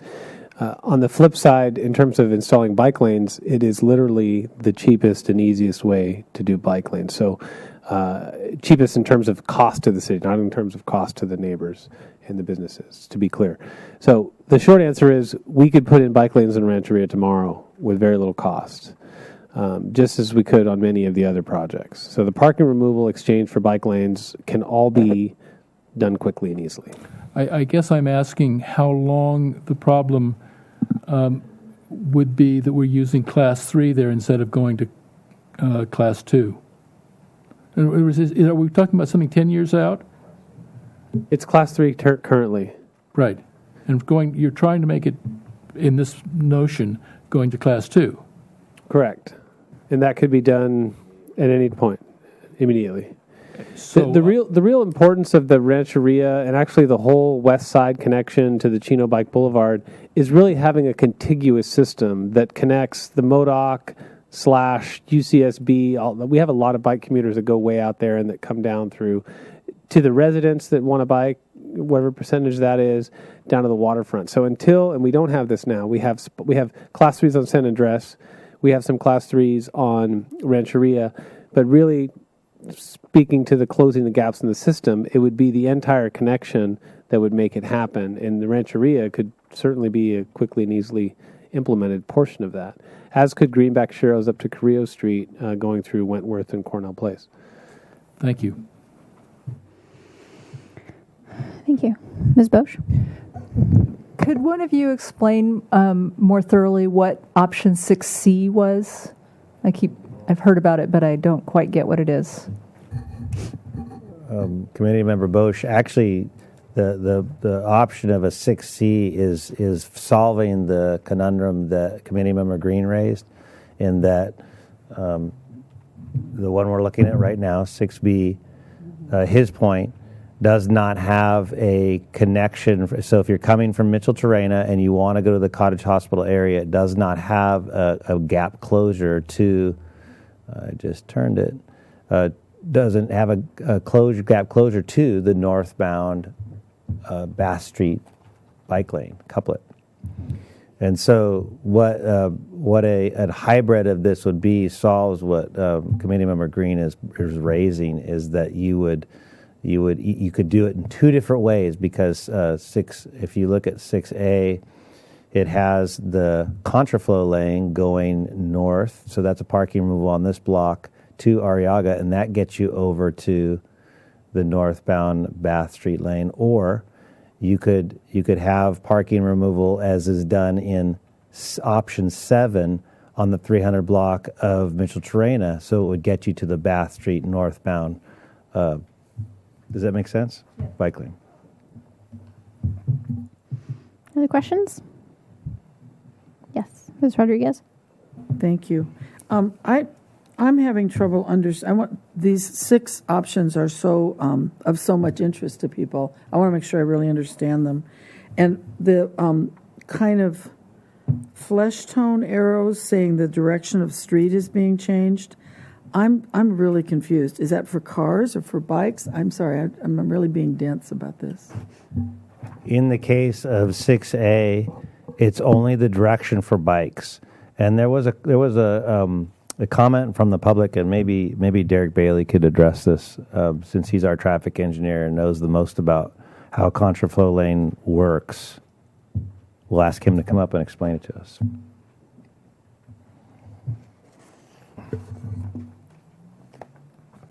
Good evening, Committee Member Rodriguez. The contraflow lane, what it would look like is there'd be removal of parking on the east side of the road. So what you would have is you'd still have your vehicle lane going down the center of Castillo Street, but on that east side of the road where the parking removal is gone, we would put a double yellow line. And so on that other side of the double yellow line, it would just be wide enough that bikes could go north. And I think it's a very valid concern that it's not something that people here have seen before. It's not something that people are used to. Other places do it, and it works fine. But in order to get people used to it, we'd probably have to paint some kind of buffer in there and some pretty substantial lines just to make it really noticeable and not an attractive place that people pull over and go the wrong way. So there will be a learning curve, but we're quite confident that it'll work well as a gap closure if that's the way the community leans. Okay. Then don't leave. So on 6B, there's no contra lane required, if I understand that. That's correct. The need for the contraflow lane goes away because that connection is made on Mitchell Terrena Street in the 300 West block. And for the undiagrammed 6C, then there would be something done at the corner of Bath and Mitchell Terrena to enable folks to go up Bath Street, if I understand what's the discussion. Correct. Okay, thank you. Wait, don't go. One quick question related to that. If you did the contraflow up Castillo, you're talking about sort of, at least initially, maybe having some buffering. Are there ever any of those, like, I'm thinking those plastic barrier things that could be put along there, or is that a bad idea? Chair Blackerby, we call those vertical delineators. Yeah. Technical term. Yeah. And yes, they can be used. We do have to be careful about placement of them, just because there is driveway access. There's going to be trash pickup. It's still a dense residential area with lots of frontage access needed. So we'd have to be really thoughtful about it, but they can be used. Okay. Right. Driveways, of course. Okay. Other questions? Yeah, go for it. Sorry. I'm not sure who this is addressed to, but there was a comment made about if we stuck to option one, that one of the speakers was saying that what would you do about an ambulance or a emergency vehicle coming into the redesigned area where there's, quote, no parking. And I think that's a very important issue, and I'd like to know what does happen in that situation. Committee Member Rodriguez, the emergency vehicles, they go where they need to go and they stop where they need to stop. That's it. Even in our no parking zones in the city, when there's red lights, when there's an emergency, they have priority and they take priority, and we don't see any conflict with that. I appreciate that clarification. And then there was one other thing I had to. I've got two more questions. Go for it. I'm just going on a roll here. That's what we're here for. There was a comment made that Mitchell, Terrena, and State have a very high number of bike accidents. I wondered if I wanted to just confirm that or see if that was accurate or not. By one of the speakers. I can't remember the exact number. Do you, Peter? One of the highest intersections in the city, I think, was the comment. So I just wanted to see. Thank you. Okay. I can tell you that we looked at that intersection about a year and a half ago for both bicycle and pedestrian collisions, just not part of the bicycle master plan, but just as part of our routine collision analysis review that we do. And there were no patterns, even with there was quite a few pedestrian collisions there as well. And just an aside, what tends to happen with collisions over time is that you can get blips. Like you'll get just a concentration of collisions that happen in a period of time, and then there will be none for several years. And there haven't been any bike-involved collisions or pedestrian-involved collisions in Mitchell, Terrena, and State more recently. So what seems to have happened is there was just a period of time where there was a higher concentration for a short amount of time. We can't explain it. There was no pattern. There's really nothing we can point to that says this is what's wrong with the intersection, here's how we fix it. And as it turns out, as a little bit of time has gone on, they've gone away. They could come back. That's kind of the nature of some of the collision issues that we have in the city. The ones that sustain themselves over time, those are much more straightforward to address. And when you talk about a pattern, it's not like you looked at it and everyone was getting cut off by people turning right or running the red light or getting right. It's just all over the place. Yep. Okay, two more, then I'm really done. One of the speakers also made the comment that she thought that we were less eligible for ATP grants because we have a bicycle master plan. I thought that was an interesting comment. Committee Member Rodriguez actually spoke with Dr. Furukawa at the break, and her reference was to a tiering system that I'm not familiar with, that if Derek has experience with, he should weigh in, whereby if you have a newly adopted bicycle master plan, you could get preference over those that are, say, in the case of Santa Barbara, updating our third bicycle master plan. The goal there would be for the state to really attempt to direct funds to communities that are just now beginning to get into laying down bicycle infrastructure. We're looking to enhance an existing system.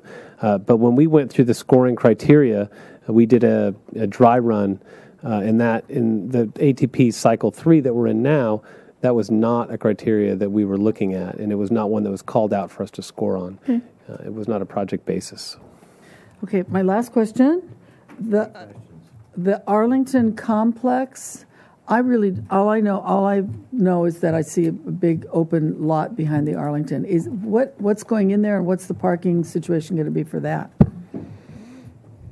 The Arlington parking, which is behind the theater and then to the north of the theater, traditionally there has been parking in that entire area. I don't know the numbers offhand, but it's in the hundreds for the total. There is a residential project. It's not an AUD project, but it uses some AUD rules, and it's one of the first projects that came as a part of during the general plan adoption. And so it is being constructed on approximately half of the parking that was open in that area for the theater, and has in a long period of time been subscribed. Many of the open parking lots or vacant lots, parking lots in the city are used for subscriber parking on a monthly basis, and this was a similar situation. So that residential will be constructed. It'll have its own parking on about half of that lot, and then the remaining portion will continue to be used for the theater and for subscriberships. Thank you. Other questions? Yeah, Mr. Green. Thank you, Madam Chairman. I'm trying to think of a pattern to express or question. What are you planning to do before or concurrent with the council meeting on the 14th about these grant applications? That's a great question. So, Madam Chair, Committee Member Green, we are wrestling with that. The challenge we are having is that when we designed the plan and the process, we designed it very neatly to fall in step with the Cycle 3 of the Active Transportation Program. Being that we have gone into a deeper dive into these projects and with more needed community process, that timing is no longer lining up. The grants are due on June 15th, which is the day after the day we're planning on being at council.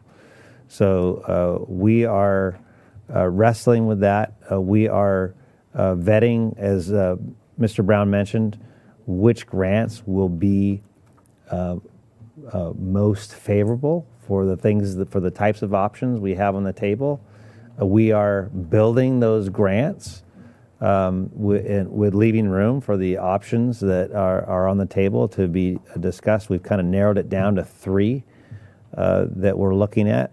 And we're hoping to think, as we think about that, trying to build the council meeting in a way that we would have the council doing some sort of direction on those grants.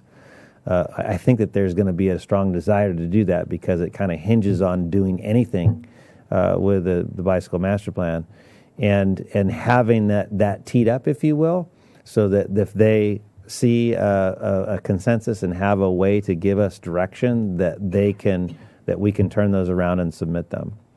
But it is something that we're actively talking about how we do that and what's the best way to communicate that and have that correspondence. One of the big telling factors for how we do that is this meeting and how this meeting goes and how the meeting with the Planning Commission goes next Thursday. That's going to be very instructive for us to just see synergies and what is the dialogue going, what are the committees and the commissions recommending. I think that'll help us get to a better way or a better answer to that question. With that in mind, is it feasible to discuss with the City Council the option of doing some things immediately, like option 7, and still proceeding with the grant for something like 6B, which really is not in much, or maybe 6C, which is not in much conflict with 7, and staging it, as it were? I think we're listening. we're listening. It's to the committee, and I think you've heard everything that we've been talking about. I think you've been engaged. Many of you attended the listening workshop, and I think that the reason you're kind of you're asking that question is because you feel like you want to do something, and that's why you're here. We're all ears. We're ready to take notes on it. And my last comment is, I noticed that Peter had to use one of the draft copies of the, I guess it was probably the October plan, to answer or to look up the question on accidents. When do you expect, like before the 14th? I don't think so, to have a, quote, finished plan to present that's got all these changes and updates included? Committee Member Green, I'm not sure we're going to necessarily get to that point. The June 14th item is for council to direct us. So I think we're going to be waiting to, aside from the stuff, the ingredients we presented today, we were doing that updating so it matches the code. Aside from that, we're probably not going to be amending the plan until we get direction from council. That doesn't mean that if we don't have a plan in play or approved on the 14th, we can't move forward with a grant. So hope that answers your question. Does it hurt your chances if you don't have those specific grant applications? It could, because we won't have an officially adopted plan for that proposal. However, they're very attractive proposals, and we have scored them. We do this, these kind of mock, we pretend we're the board. We know what their scoring criteria is, and so we sit around the table and we all say what we would score them, and then we average them and see what the answer would be. So we feel like that we're kind of getting in the ballpark of with the projects that we've said are viable. We're getting in the ballpark where we think, compared to where other cities are scoring on their projects, a nod to do those projects. Thank you. Yeah, Ms. Horn. I just wanted to mention that what I've been hearing tonight is from the staff, 6A and 6B seem like the most viable, and I can see why from everything we've discussed. And it also seemed to be backed up by a lot of the public comment that those were tonight even. I mean, not just in the listening workshop, but tonight it seemed like those were favored. And I personally think they look great. And I just wonder what you need from us for recommendations for the council tonight. What would you like to see come out of this? We'd like you to see you say whatever you'd like to say. Okay, I just said we will. That's what I favor. Right there. We'll get there. So I just want to get folks' questions, and then we can just opine Madam Chair. forever. Yes. Okay. Mr. Dayton, the City Council meets on the June 14th. The grant is due on the 15th. Is that a feasible turnaround to submit anything on time? It's been a long time since I pulled an all-nighter. But maybe 4 people pulling an all-nighter, we can get it done. It's not impossible. Okay. And my I guess feeding on Mr. Green's question, assuming we submit a grant proposal, what is the normal response time or turnaround time in something like this? Or is there one? Chair Blackerby and Committee Member Burnham, on the ATP side, the state receives almost tens of thousands of applications statewide. They receive them from counties and universities and cities and other jurisdictions that are eligible. So what we've seen in the past is it's in that 3 to 4 month range. They go through all those and they score them and they vet and they do a second round as well. where they only look at the top competitor. So the earliest we would hear back is in that 2.5 to 3 month range, and it could be longer. And the Caltrans and the California Transportation Commission make no promises on when they'll be done. So once we submit a grant proposal, can I assume that it's set in stone and we can't, until we wait to hear back from them, we can't make any interim revisions? I would think not, but I don't know.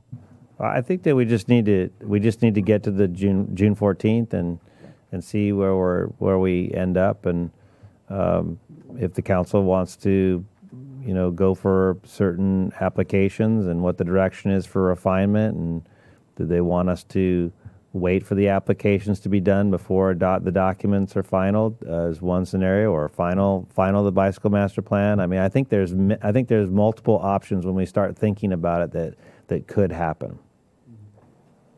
Thank you. Other questions? I have a couple.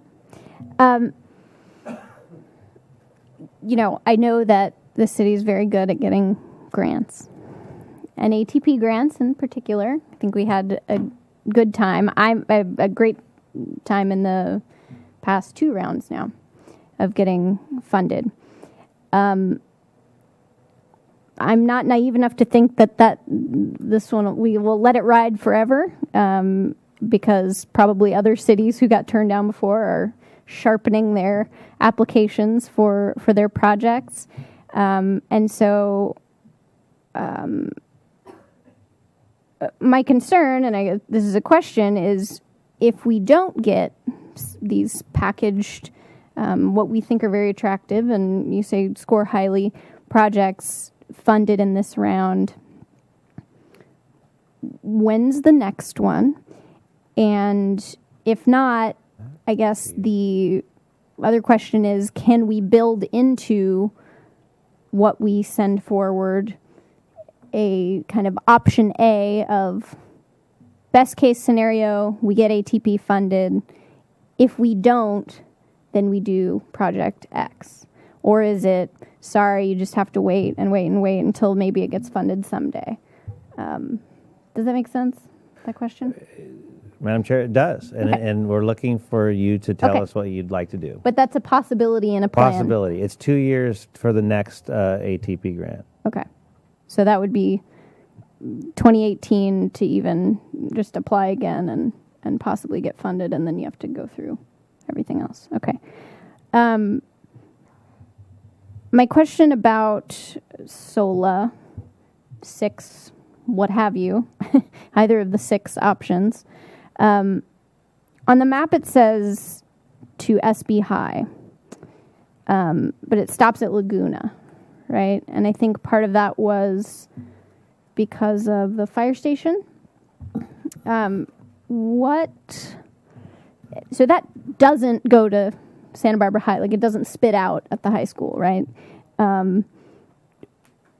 What are the conditions over there, and are there any plans, I don't remember any, that got moved forward in the bike plan to make that connection more safe if, say, the bike boulevard went on Sola and stopped at Laguna? Chair Blackerby, if you recall, the current designated route is on Anapamu. There's part-time bike lanes on Anapamu, and we have some plans to look at different ways to develop some used or at least improved Class 3s on Anapamu. But to be clear, when I spoke with Mr. Bailey and Mr. Dayton this week, Garden Street seems like a good place for a viable diverter if we were to use one on the Sola Bike Boulevard. When we say to SB High School, Bike Boulevard treatments, diverters are just one of those, but the signage and the stenciling and the routing and all that stuff, that can continue all the way to the high school. We don't really want to do any more diverters beyond Garden. So it doesn't. I wouldn't say it ends at Garden or it ends at Laguna. We can really connect the Class 3 all the way to the high school with, the other treatments of Bike Boulevard, save a diverter. The other thing is the volumes drop down quite a bit over there, especially across town. You get more volumes up and down probably Laguna and Olive than you would across here. Did that answer your question? Yeah, and do we, Derek might remember, up in that neighborhood, where are the intersections where there are some interesting traffic calming devices. Yeah, Victorian Sola has a small traffic circle. Wait. Those are parallel? Olive and Sola. Olive and Sola, okay. I should listen to Derek. That's the little traffic circle? That's correct. Okay. Yeah. And Salsa Puertas is really the connection that drops right down to the high school. And at Alta Vista, I think. Alta Vista. Which would be the very end. Goes straight in, right? Where there's a T intersection with Sola. Okay.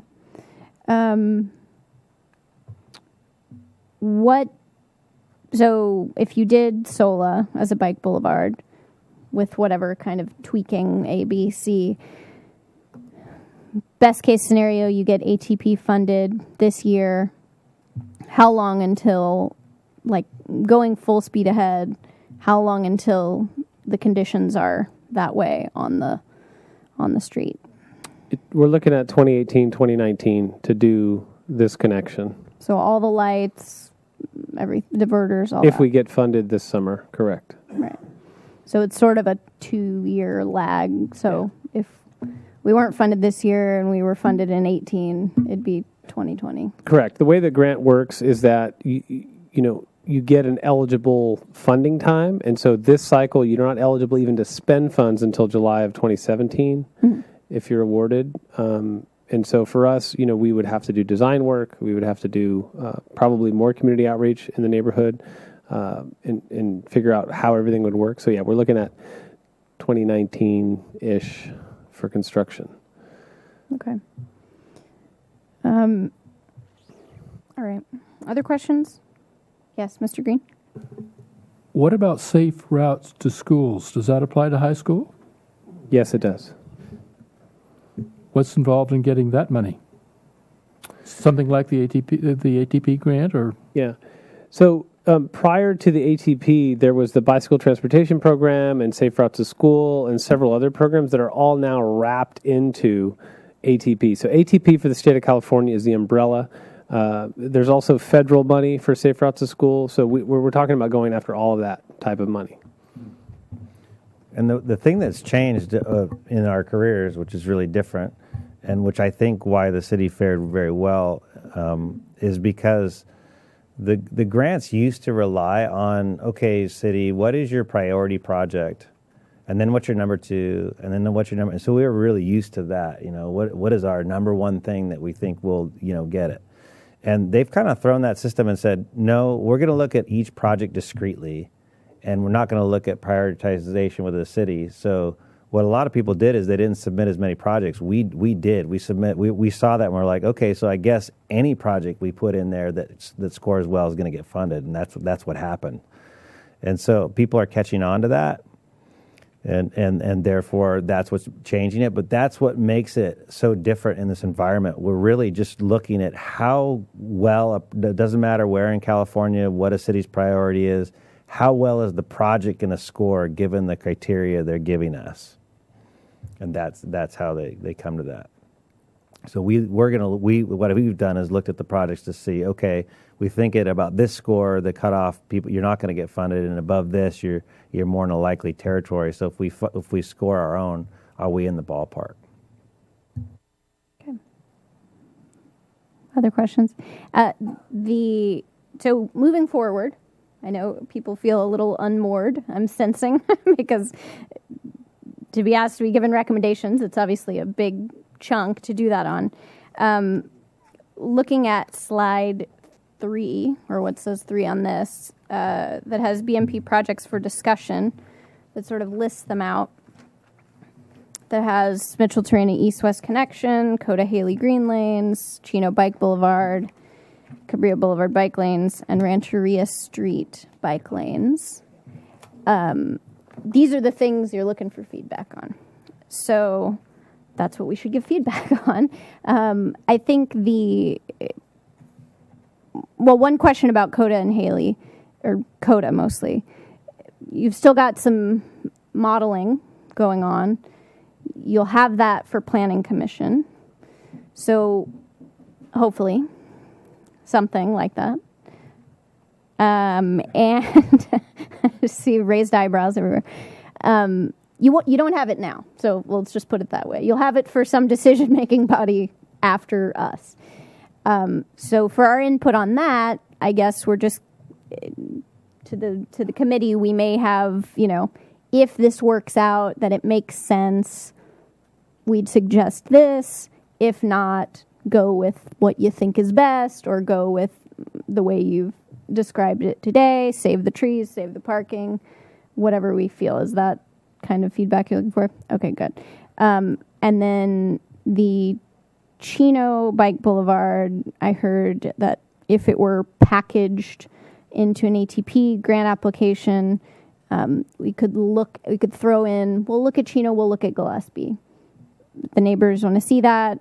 Eventually we can see, and you can build your grant proposal like that, right? That's acceptable.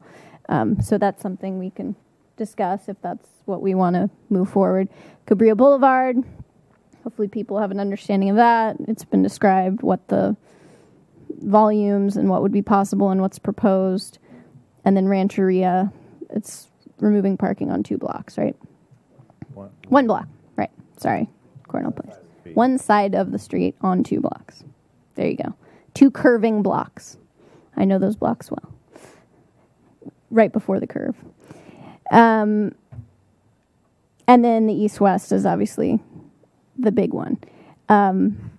So when eating an elephant, you got to do it one bite at a time. So I would recommend that maybe we hack away at the bottom 4 on this and then jump into the other. But it's up to the committee how you feel about that. Because we might get moving and feel productive and then just have an epiphany on the first one.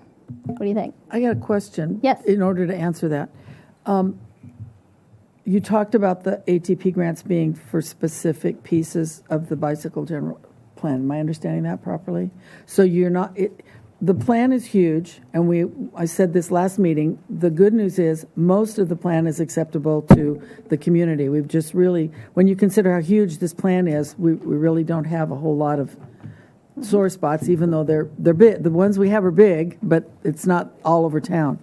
So you don't need another general recommendation from us to approve the bicycle plan. You've got that.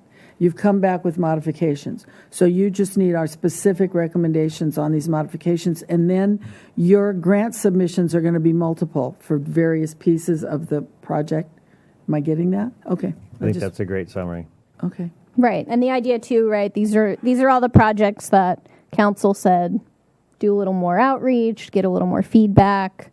So we're feeding back. We're giving it back. Yeah, Ms. Warren. As far as the question of doing these bottom 4 and then going back to Micheltorena, we have public people that are here that are waiting, to hear what we're going to say about Micheltorena, and I'm just wondering if we can look at that first, and if it turns out we need a lot more time on it, then go to the other ones and come back to it. But can we? What if we have, kind of a consensus on that, and then we can move from there. I agree. Okay, well then there you go. That's what we'll do first. We'll just take them in order, and if it gets too dicey, we'll take a break on that and maybe do another one. But we can just jump right in. That's fine. Let's do it. Okay. So do you want to start? I kind of already did. Okay. I really favor 6A and B as the top choices that seem the most feasible for grants. They seem the safest. I mean, they each have problems, but I think among all the choices, those really seem the top choices to me for my personal preference. Okay. Mr. Green? Although it's hard to support 6C without it being pictured, I think, as described, I would support 6B or 6C with the possible extension to go ahead and do step 7 or plan 7 as soon as the council gives blessing, because the funding on that was, I think, only $50,000. It's just paint, and that would at least get the that issue clearly on the table. We'd take out both sides of a block, but it would move ahead. So I'm suggesting that we select something like one of the 6s, but preferably 6C. Okay. And yes, Mr. Burnham.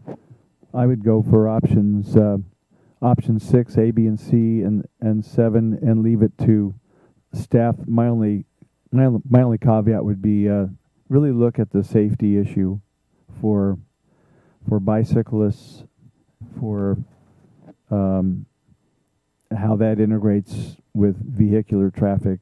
But I think safety overall trumps what you as staff finally decide. But I think look at all 3 options under number 6 and number 7. Ms. Bosch? I agree with Howard and Bob. I also support probably in order 6C, then 6B, then 6A.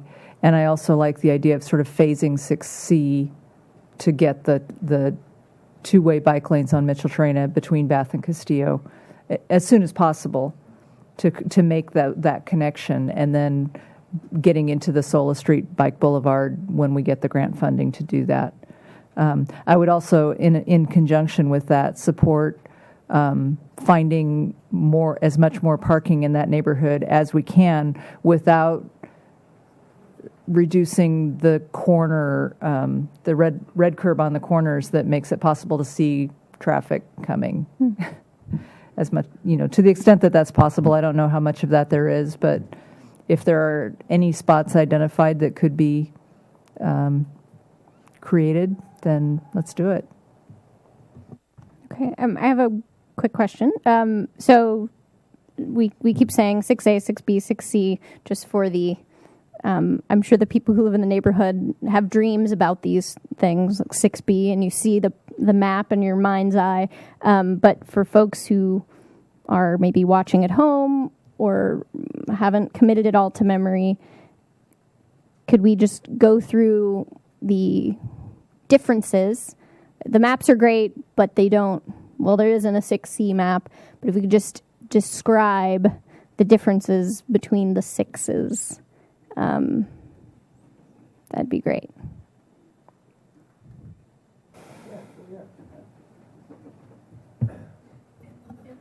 While you're doing that, Peter, I'm a little confused about 7. Mr. Green mentioned 7, and I thought that earlier it was discussed that 7 wasn't really viable, if I remember correctly. Take Chair Blackerby and Committee Member Rodriguez. Let's take 7 first, because it's the simplest. So 7 just says that the Bath and Castillo couplet exists and they're well used and well ridden, but folks cannot connect to the Mitchell-Terena Bridge. So it involves parking removal on both sides of the 300 block of Mitchell-Terena Street to connect to Bath and Castillo. That's 7. Okay? That one's easy. If we go to 6A, you basically need to ask yourself the question between A and B is, are you going to get the cyclist to the Mitchell-Terena Bridge via Castillo Street or via Bath Street? That's the question. So in 6A, you attempt to do it via Castillo Street and the contraflow lane. So cyclists moving, say, in the westbound direction, make a right turn.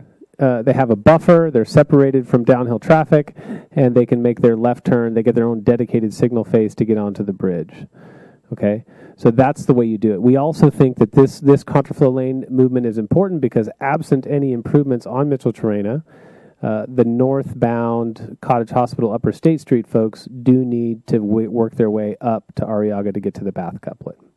That's what 6A offers you. And 6A doesn't change vehicle traffic. It doesn't let vehicle traffic go up Castillo, or it does.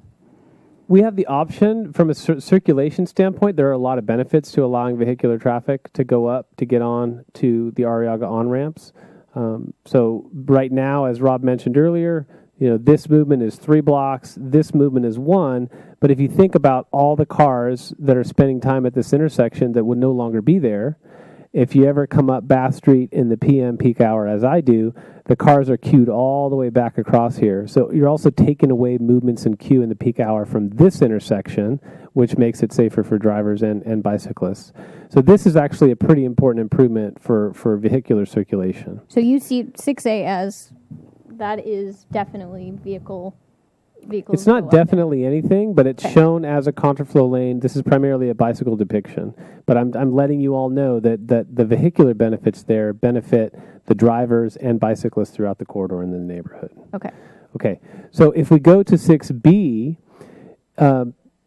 basically what you're talking about is parking removal on Mitchell-Torrena 300 block, and the one thing that's absent, which 6C attempts to gain, is parking removal on the south side of the street. So 6C basically says, let's remove this parking on the south side of the street, and let's use the contraflow lane to get folks up to the Mitchell-Torrena Bridge, right?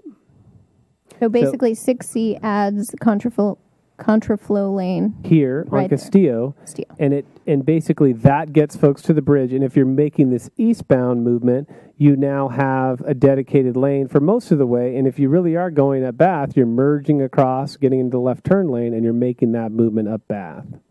So that's what I understand to be 6C. Is a contraflow lane here, park removal on the south side of Mitchell-Torrena for the 300 block. Just the south side of Mitchell-Torrena. Yeah, because if you think about it, that's what you need, right? Because the movement to get to the bridge, you're now doing from the contraflow lane. Got it. So the parking on B, the parking is removed on the north side, and it would just be flipped. Correct. C. That's because the primary accommodation for the bicyclists here is up the Bath Street couplet, left turn into the westbound direction. Yeah. Great. That is very helpful. Thank you very much. Yes. I thought, maybe I misunderstood, but I thought 6C was sort of a combination of 7 and 6B. So it would be parking removal on both sides of the 300 block and no contraflow lane. That's another way to do it. And so we 6D. But what you're all getting at is what's found in 7 is that this is a direct way to connect the couplet system right here. And whether you do A or B or C or D, you're always kind of fighting this battle of how you're getting folks safely across these two couplet systems. Mr. Rodriguez? Yeah, well, everybody's kind of said which plan they're interested in. Go for it. I really appreciate that clarification. I would be most comfortable with probably 6C because there is a little traffic removal, but it's minimized, and there's a lot of improvement of flow for the whole area, and you also have the new bike boulevard on Sola, which looks very attractive. So I wouldn't want 7 if we didn't have to do it. I would just do 6C and do the minimum in parking removal. Okay. Other comments? So one thing one thing that's great is that it seems like the Mitchell-Torrena neighborhood folks or their representatives are in active conversations with the Bicycle Coalition, which is great. Obviously, we wish there was like a big kumbaya moment tonight and they could tell us that everyone loves the thing they've come up with. But they're not there yet. Hopefully they'll get there. Maybe they'll get there by the Planning Commission meeting. That'd be great. So to me, it's unfortunate that we don't have that yet. And so I'm not fully ready to jump in and go, let's do this, send it to council, yay. Because you might get something a little better or different that either hasn't been thought of or is a hybrid of some of these. So I would sort of caution the committee or just give a suggestion that when we give our recommendations, we leave a little room for the next sets of decision makers to stay open to that and don't feel as much as, we won't get our say again except for going to going to public comment, which is fine. I don't feel like it needs to come back. We've seen this plan enough. But I would just say, we could possibly, whatever we come up with, have a caveat of being open to a community solution. Yeah. One of the things you could do is think of a recommendation or advice for the Planning Commission. And maybe there's something you want us to prepare for that meeting that would offer clarity to the process. Right. Well, a real version of 6C would be appropriate for the Planning Commission. I think I could phrase a motion if anybody'd be interested. And we could still have a discussion on the motion. I just have one more thing because I'll just be completely honest. I went to a council meeting that had more people in the council chambers and basically the whole building than certainly I've ever seen and anyone that I talked to has ever seen there. We had a council that has participated in this plan, this process, as we have. They heard from the public. And they voted 5-2 to move forward with, 97% of a plan that no one seemed to have much of a problem with. But then this parking removal on Mitchell-Terena, understandably, was a problem.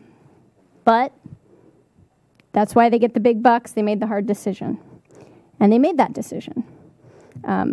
And I stand by the fact that Mitchell-Terena, you come over the bridge, it's a straight shot.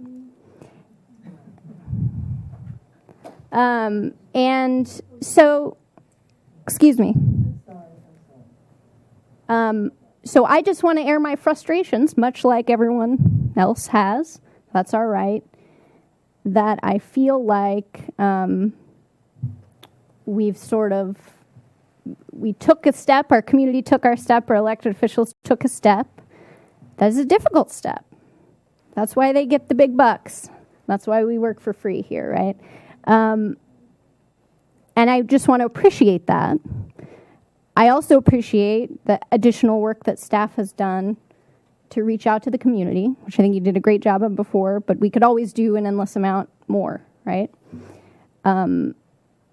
So I want to kind of memorialize the fact that Mitchell-Terena is still a straight shot. Parking removal is not fun. I'm glad that the community discussion and staff put their heads together, come up with this SOLA piece that pushes past State Street, pushes east past State Street. I think that's good. I'm not surprised that you came up with creative ideas that seem fairly fundable with ATP. I have a concern that we're going to wait on an east-west connection. We're going to wait a long time, even if we get this funding in this round. I think it's something that we talk about closing gaps in the network. It's the biggest gap, I would say. That we don't have that connector, and I think people on bikes now and people who aren't on bikes because that doesn't exist deserve something sooner, something. And so at least option 7, which could be done quite quickly, I think is at least a stopgap to getting a little bit more safety and a little bit more connectivity. Moving forward, obviously, it's a community sentiment that SOLA is more attractive. You don't remove parking in the magnitude you do if you just put green lanes down Mitchell-Terena. I get it.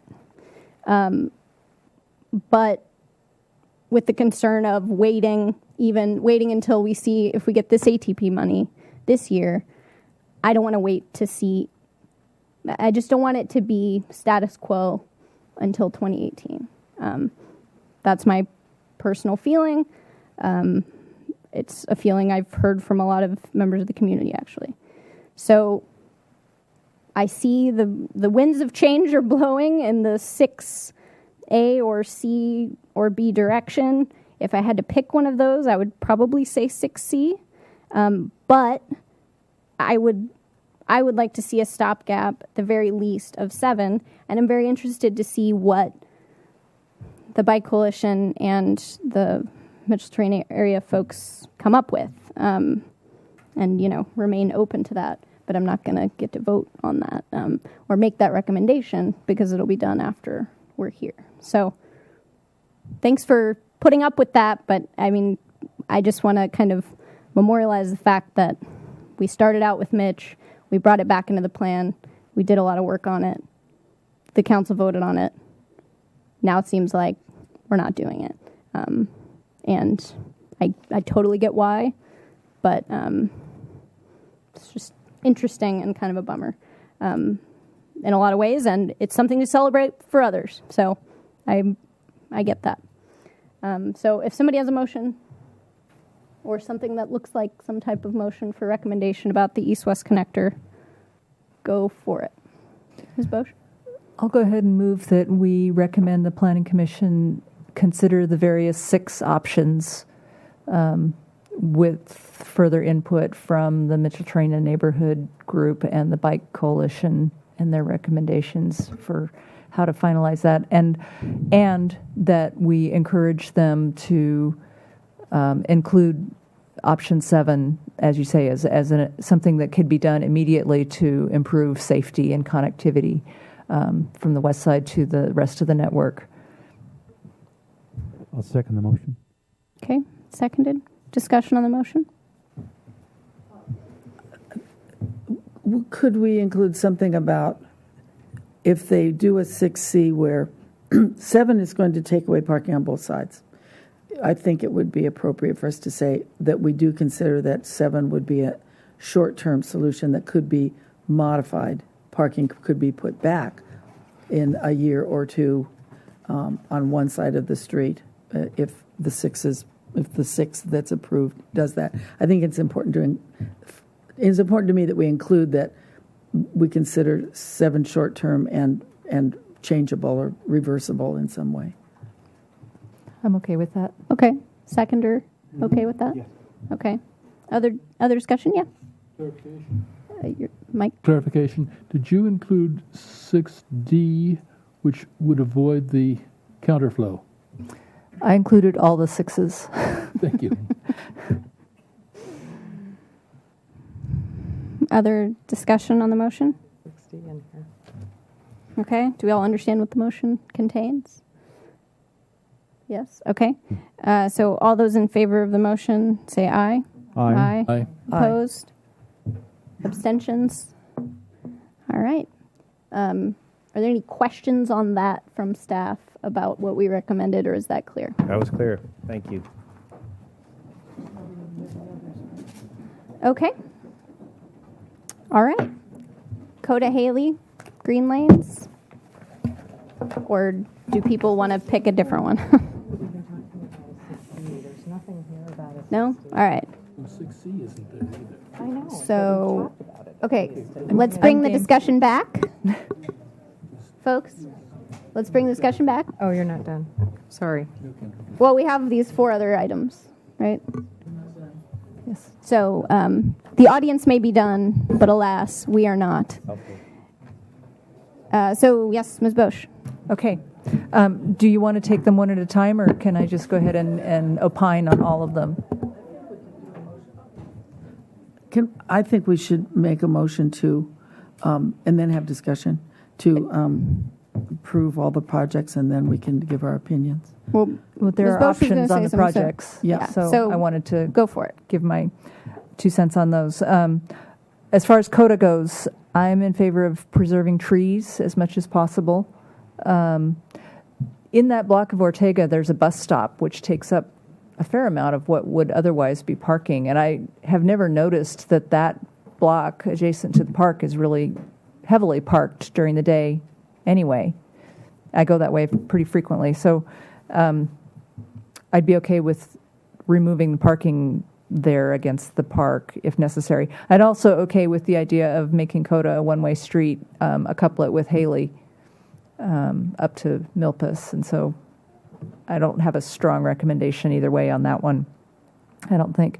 As far as Cabrillo, I support the road diet in both directions. I'm all for the Chino Bike Boulevard.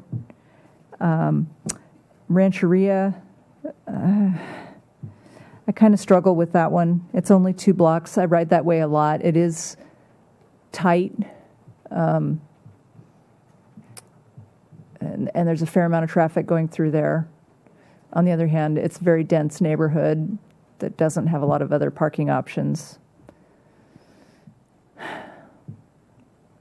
So I guess I don't really have a strong opinion on that one right now. Okay. Was there anything on Chino? Or did you? I said I was all. Oh, you said you're all in favor. Okay. All right. Well, that wasn't a motion, but if Ms. Rodriguez has one or some piece of that, or we can just take other comments. I, for what it's worth, I guess I agree with Cynthia's opinions on those 4 situations. Same here. Okay. Yeah, Mr. Green. I also support what Cynthia said, but I would articulate as part of my motion that Rancheria remain Class 3. Okay. I have an idea to break it up a bit. The things I'm hearing that there's sort of no disagreement on are Chino and Cabrillo, the Chino Bike Boulevard and Cabrillo Boulevard bike lanes, not to be confused. And Coda Haley, I think. Well, there's sort of a question about something else. So, do I hear a motion about moving forward the staff recommendation of Chino and Cabrillo? So moved. Second. Okay. Any discussion on that? Second. Okay, we'll just keep seconding. All right, all those in favor say aye. Aye. Aye. Opposed, abstentions. Okay, those are done. Coda and Haley, I heard Ms. Bosch say she'd rather preserve trees. Just so we know what we're talking about specifically, we're sort of looking at those blocks by Ortega Park and the junior high. And so... Allow me to call yes. The graphic. Thank you. Okay.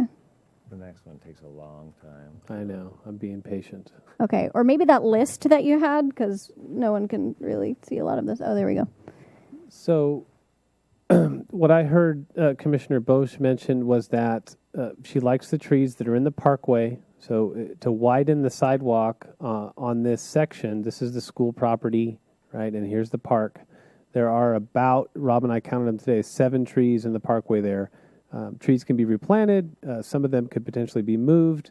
But in any event, if you wanted to preserve them where they were, then what I heard Committee Member Bosch said is she's okay with this bike lane coming on to the street here and removing the 15 or so parking spaces.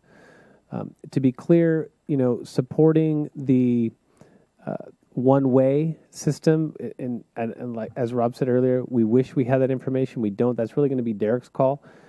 He's going to have to look at the traffic model outputs, how signals need to be reconfigured, and whether or not it's feasible. If it is feasible and it can preserve parking, then we will certainly carry it forward to the Planning Commission or to the Council when we have that at that time. It may be, in my opinion, premature to support that until we have that outcome, is all I'm saying. Okay. Yeah, questions, Mr. Green? I'm the newest member of this committee, and I'm baffled by the fact that the City Council is going to eventually approve this, and why can't they encroach on the parkland for a bike lane? It seems perfectly consistent with public use. Committee Member Green, I'm not sure if we want to how much we want to talk about that. But a little bit of to give you an idea of how big a deal this is, there have been several parkland issues, one over in the Las Positas area that actually, I think, went to court, and the city lost on that. It's a non-park use, and the way the law has been described to me is that parks are open spaces generally, and are very easy pickings for other things because everywhere else is too hard. In this case, too hard to remove the parking, so just do it in the park. That's how we got to this place, actually. And even though it is only 4 feet, in some people's opinion, you might characterize it that way. In other people's opinion, it's an encroachment upon a park, and they're to be protected from such things. So that's where we've landed when we've talked to all the people who are concerned about that and have an opinion. And so we've landed that we won't go there because we'll be fighting ourselves to try to put that in the park. Thank you. Yes, Ms. Horn. Well, thanks. I like trees too, but I go for replanting or even moving, I suppose, but planting other trees, and that's easily done. Whereas getting something that avoids taking away parking is a huge plus. Not to take away the parking is a huge plus. So I definitely would like to do it with the removal of the trees and keeping it straight like it is. Here's a question, and my recollection of biking or driving through there is similar to Ms. Bosch, of it not being particularly parked up. Maybe I was there at the wrong time, that block. Has staff sort of checked out what it's like, what the parking counts generally are? Chair Blackerby, we had a community meeting in October at the junior high, and we talked about this issue at length at that time. It turns out that the residents, many of them, I wouldn't say many, a handful of folks that live on these blocks attended the meeting, and they talked about the peak demand during school times is high. Faculty and staff park on the street sometimes. The lot does not fill, the junior high lot does not have capacity for everyone. We also have activities on the park. There's a softball field there, there's a pool there, there's basketball. When things get busy, there's a big pulse, and every space is full along here. There are other times when I've been by where it hasn't been as active as well. So we see pulses, but high demand and then demand going away.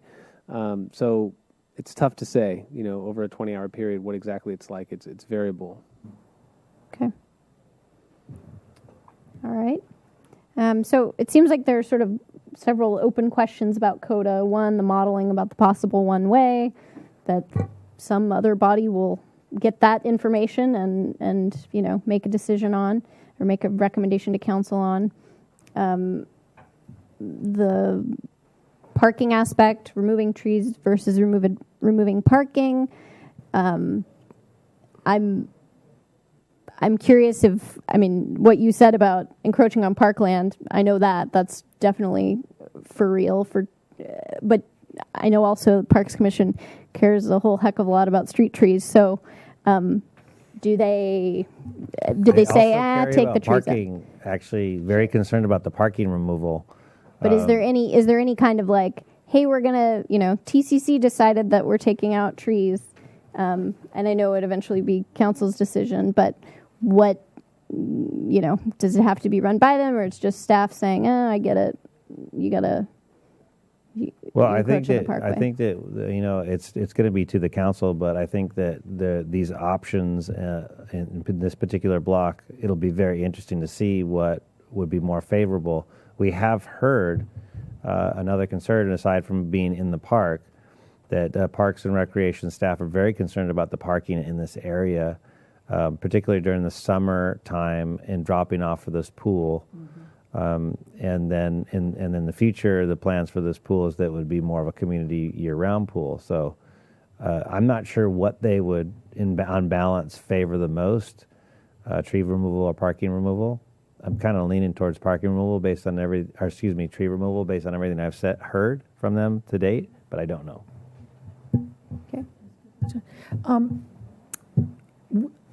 I'm not sure how much we've heard about making CODA one way the other way. I mean, it comes up periodically.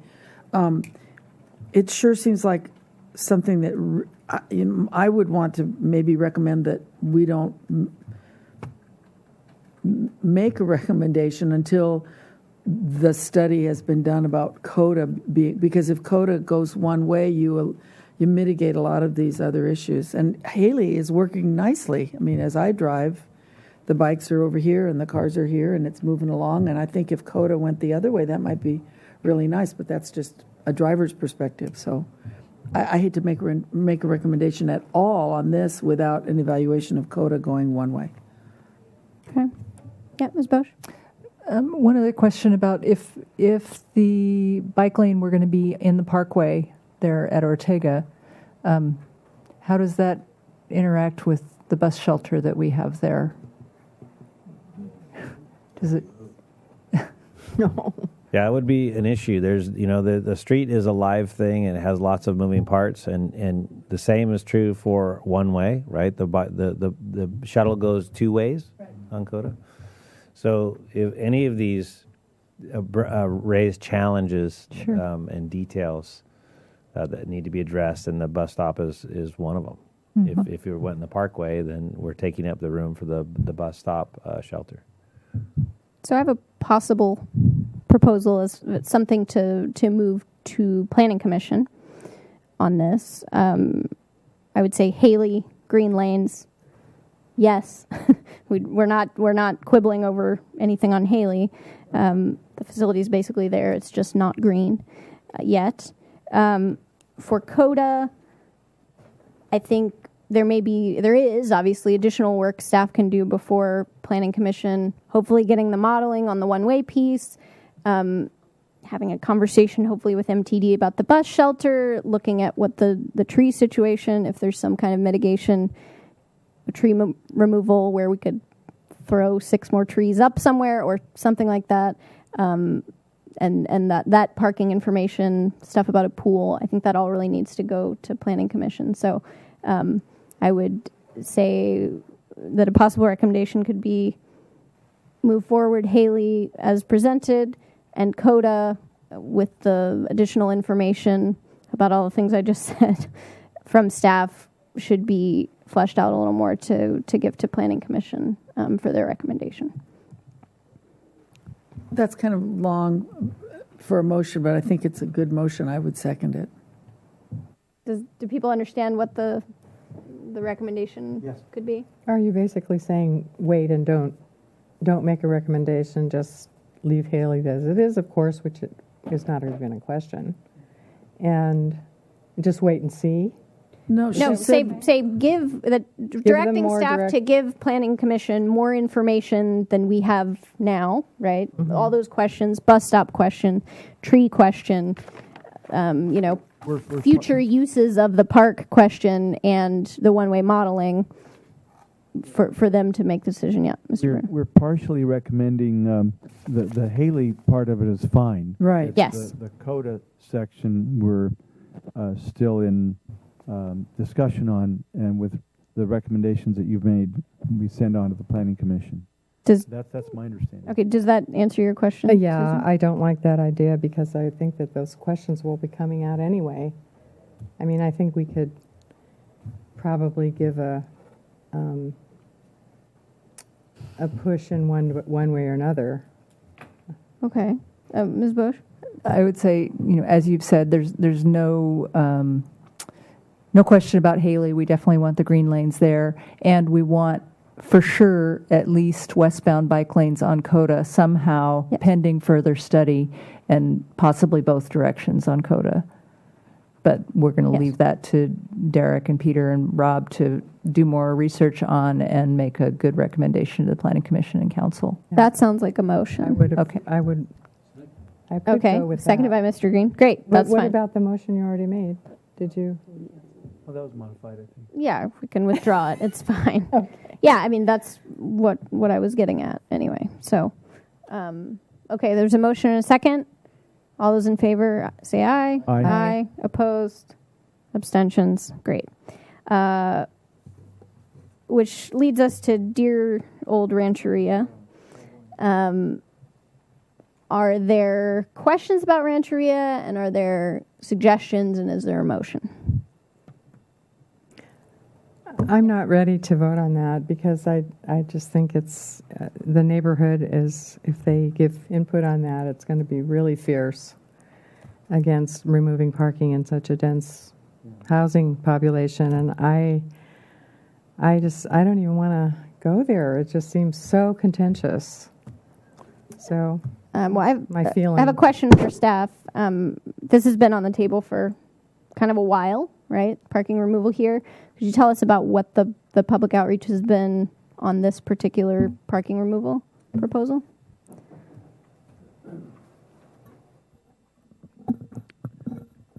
Chair Blackerby, we did a west side package of parking removal meetings.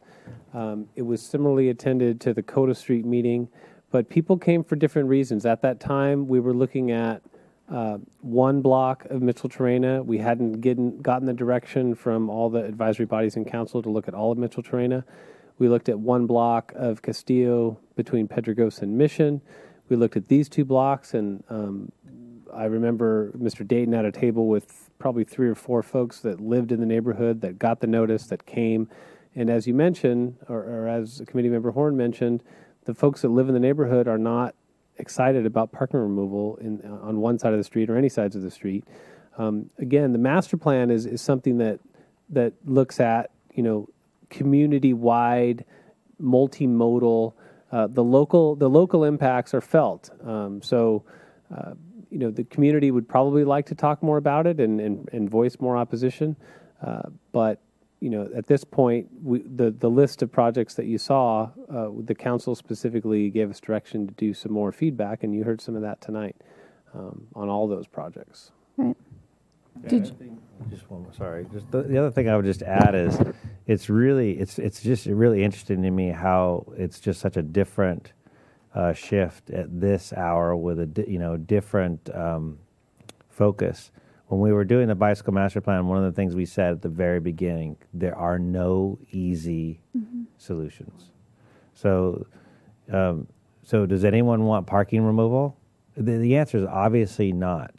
If we didn't do any, we shouldn't have even started the bicycle master plan, because we don't have money for plans that would not have any parking removal. And so what we came to you with is a very small amount of parking removal citywide compared to the amount of parking that's on street to close the gaps that the community asked us to do. So I know that this is challenging and you shouldn't take that lightly, but I also think it's important to understand that no parking removal is 100% likable, and right. Primarily the people who lose it are the loudest that no, we should not lose it. Yeah.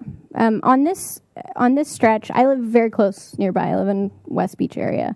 When I bike to get downtown, to get on the other side of the freeway, I don't go through this neighborhood. It would the Ortega Bridge, Wentworth Bridge, it's really nice.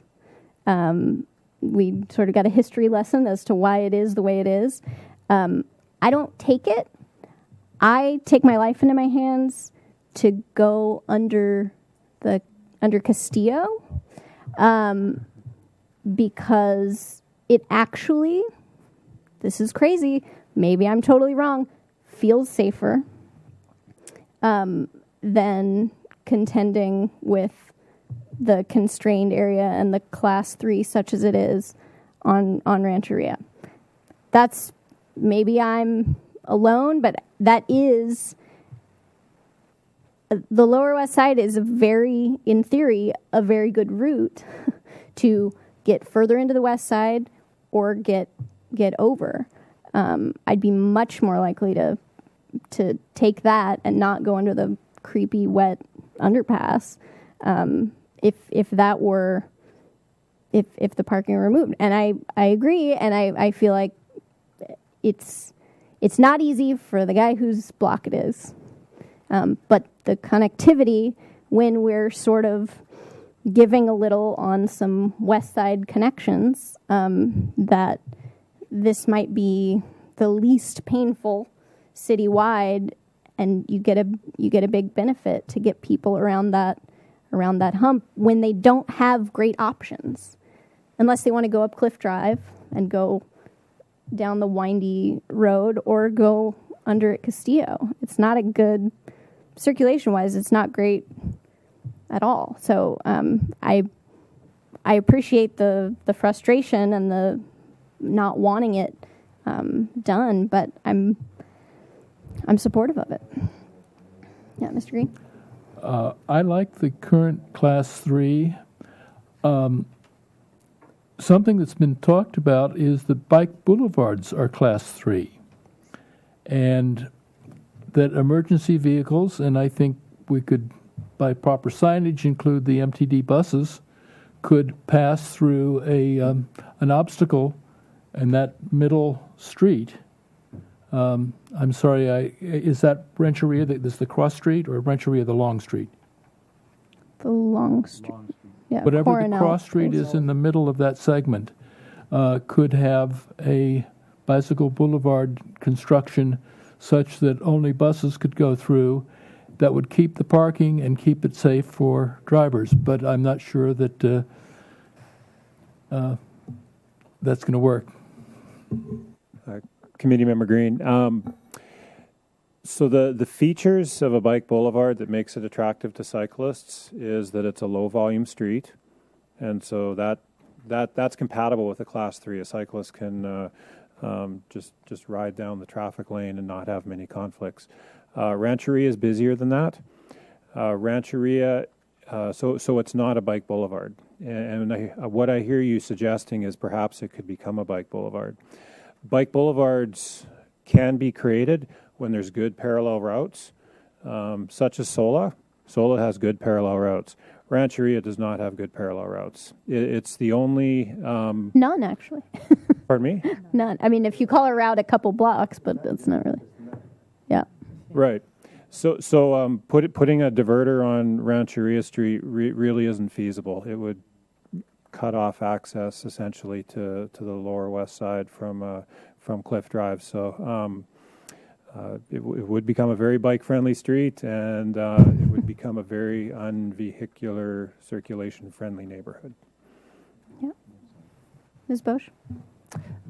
I support what you said. I do bike through there quite often. Most of the time when I'm doing it, it's early in the morning or later in the evening when there's less traffic. But the few times I have gone in during the day, it is a little scary because Dark, it's... too. It's dark there, too. Yeah, but I have good lights. That's good. A lot of people don't that I see biking. But anyway, I would support moving ahead with the Class 2 recommendation. Okay. Well, I'd move that. Is that a second? Sure. Okay. Further discussion on that? Just to clarify, do we have a better map on that than that little tiny dot that we saw? And is it 24? Is it 24 spaces that would be removed? I can zoom in on this if you want to see what it looks like.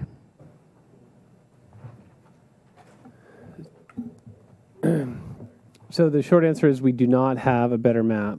It's 2 blocks, and I think that what the Rancheria residents will tell you is that during the day there's. When I went out there during the day, I found a lot more vacancy than I found in the evening.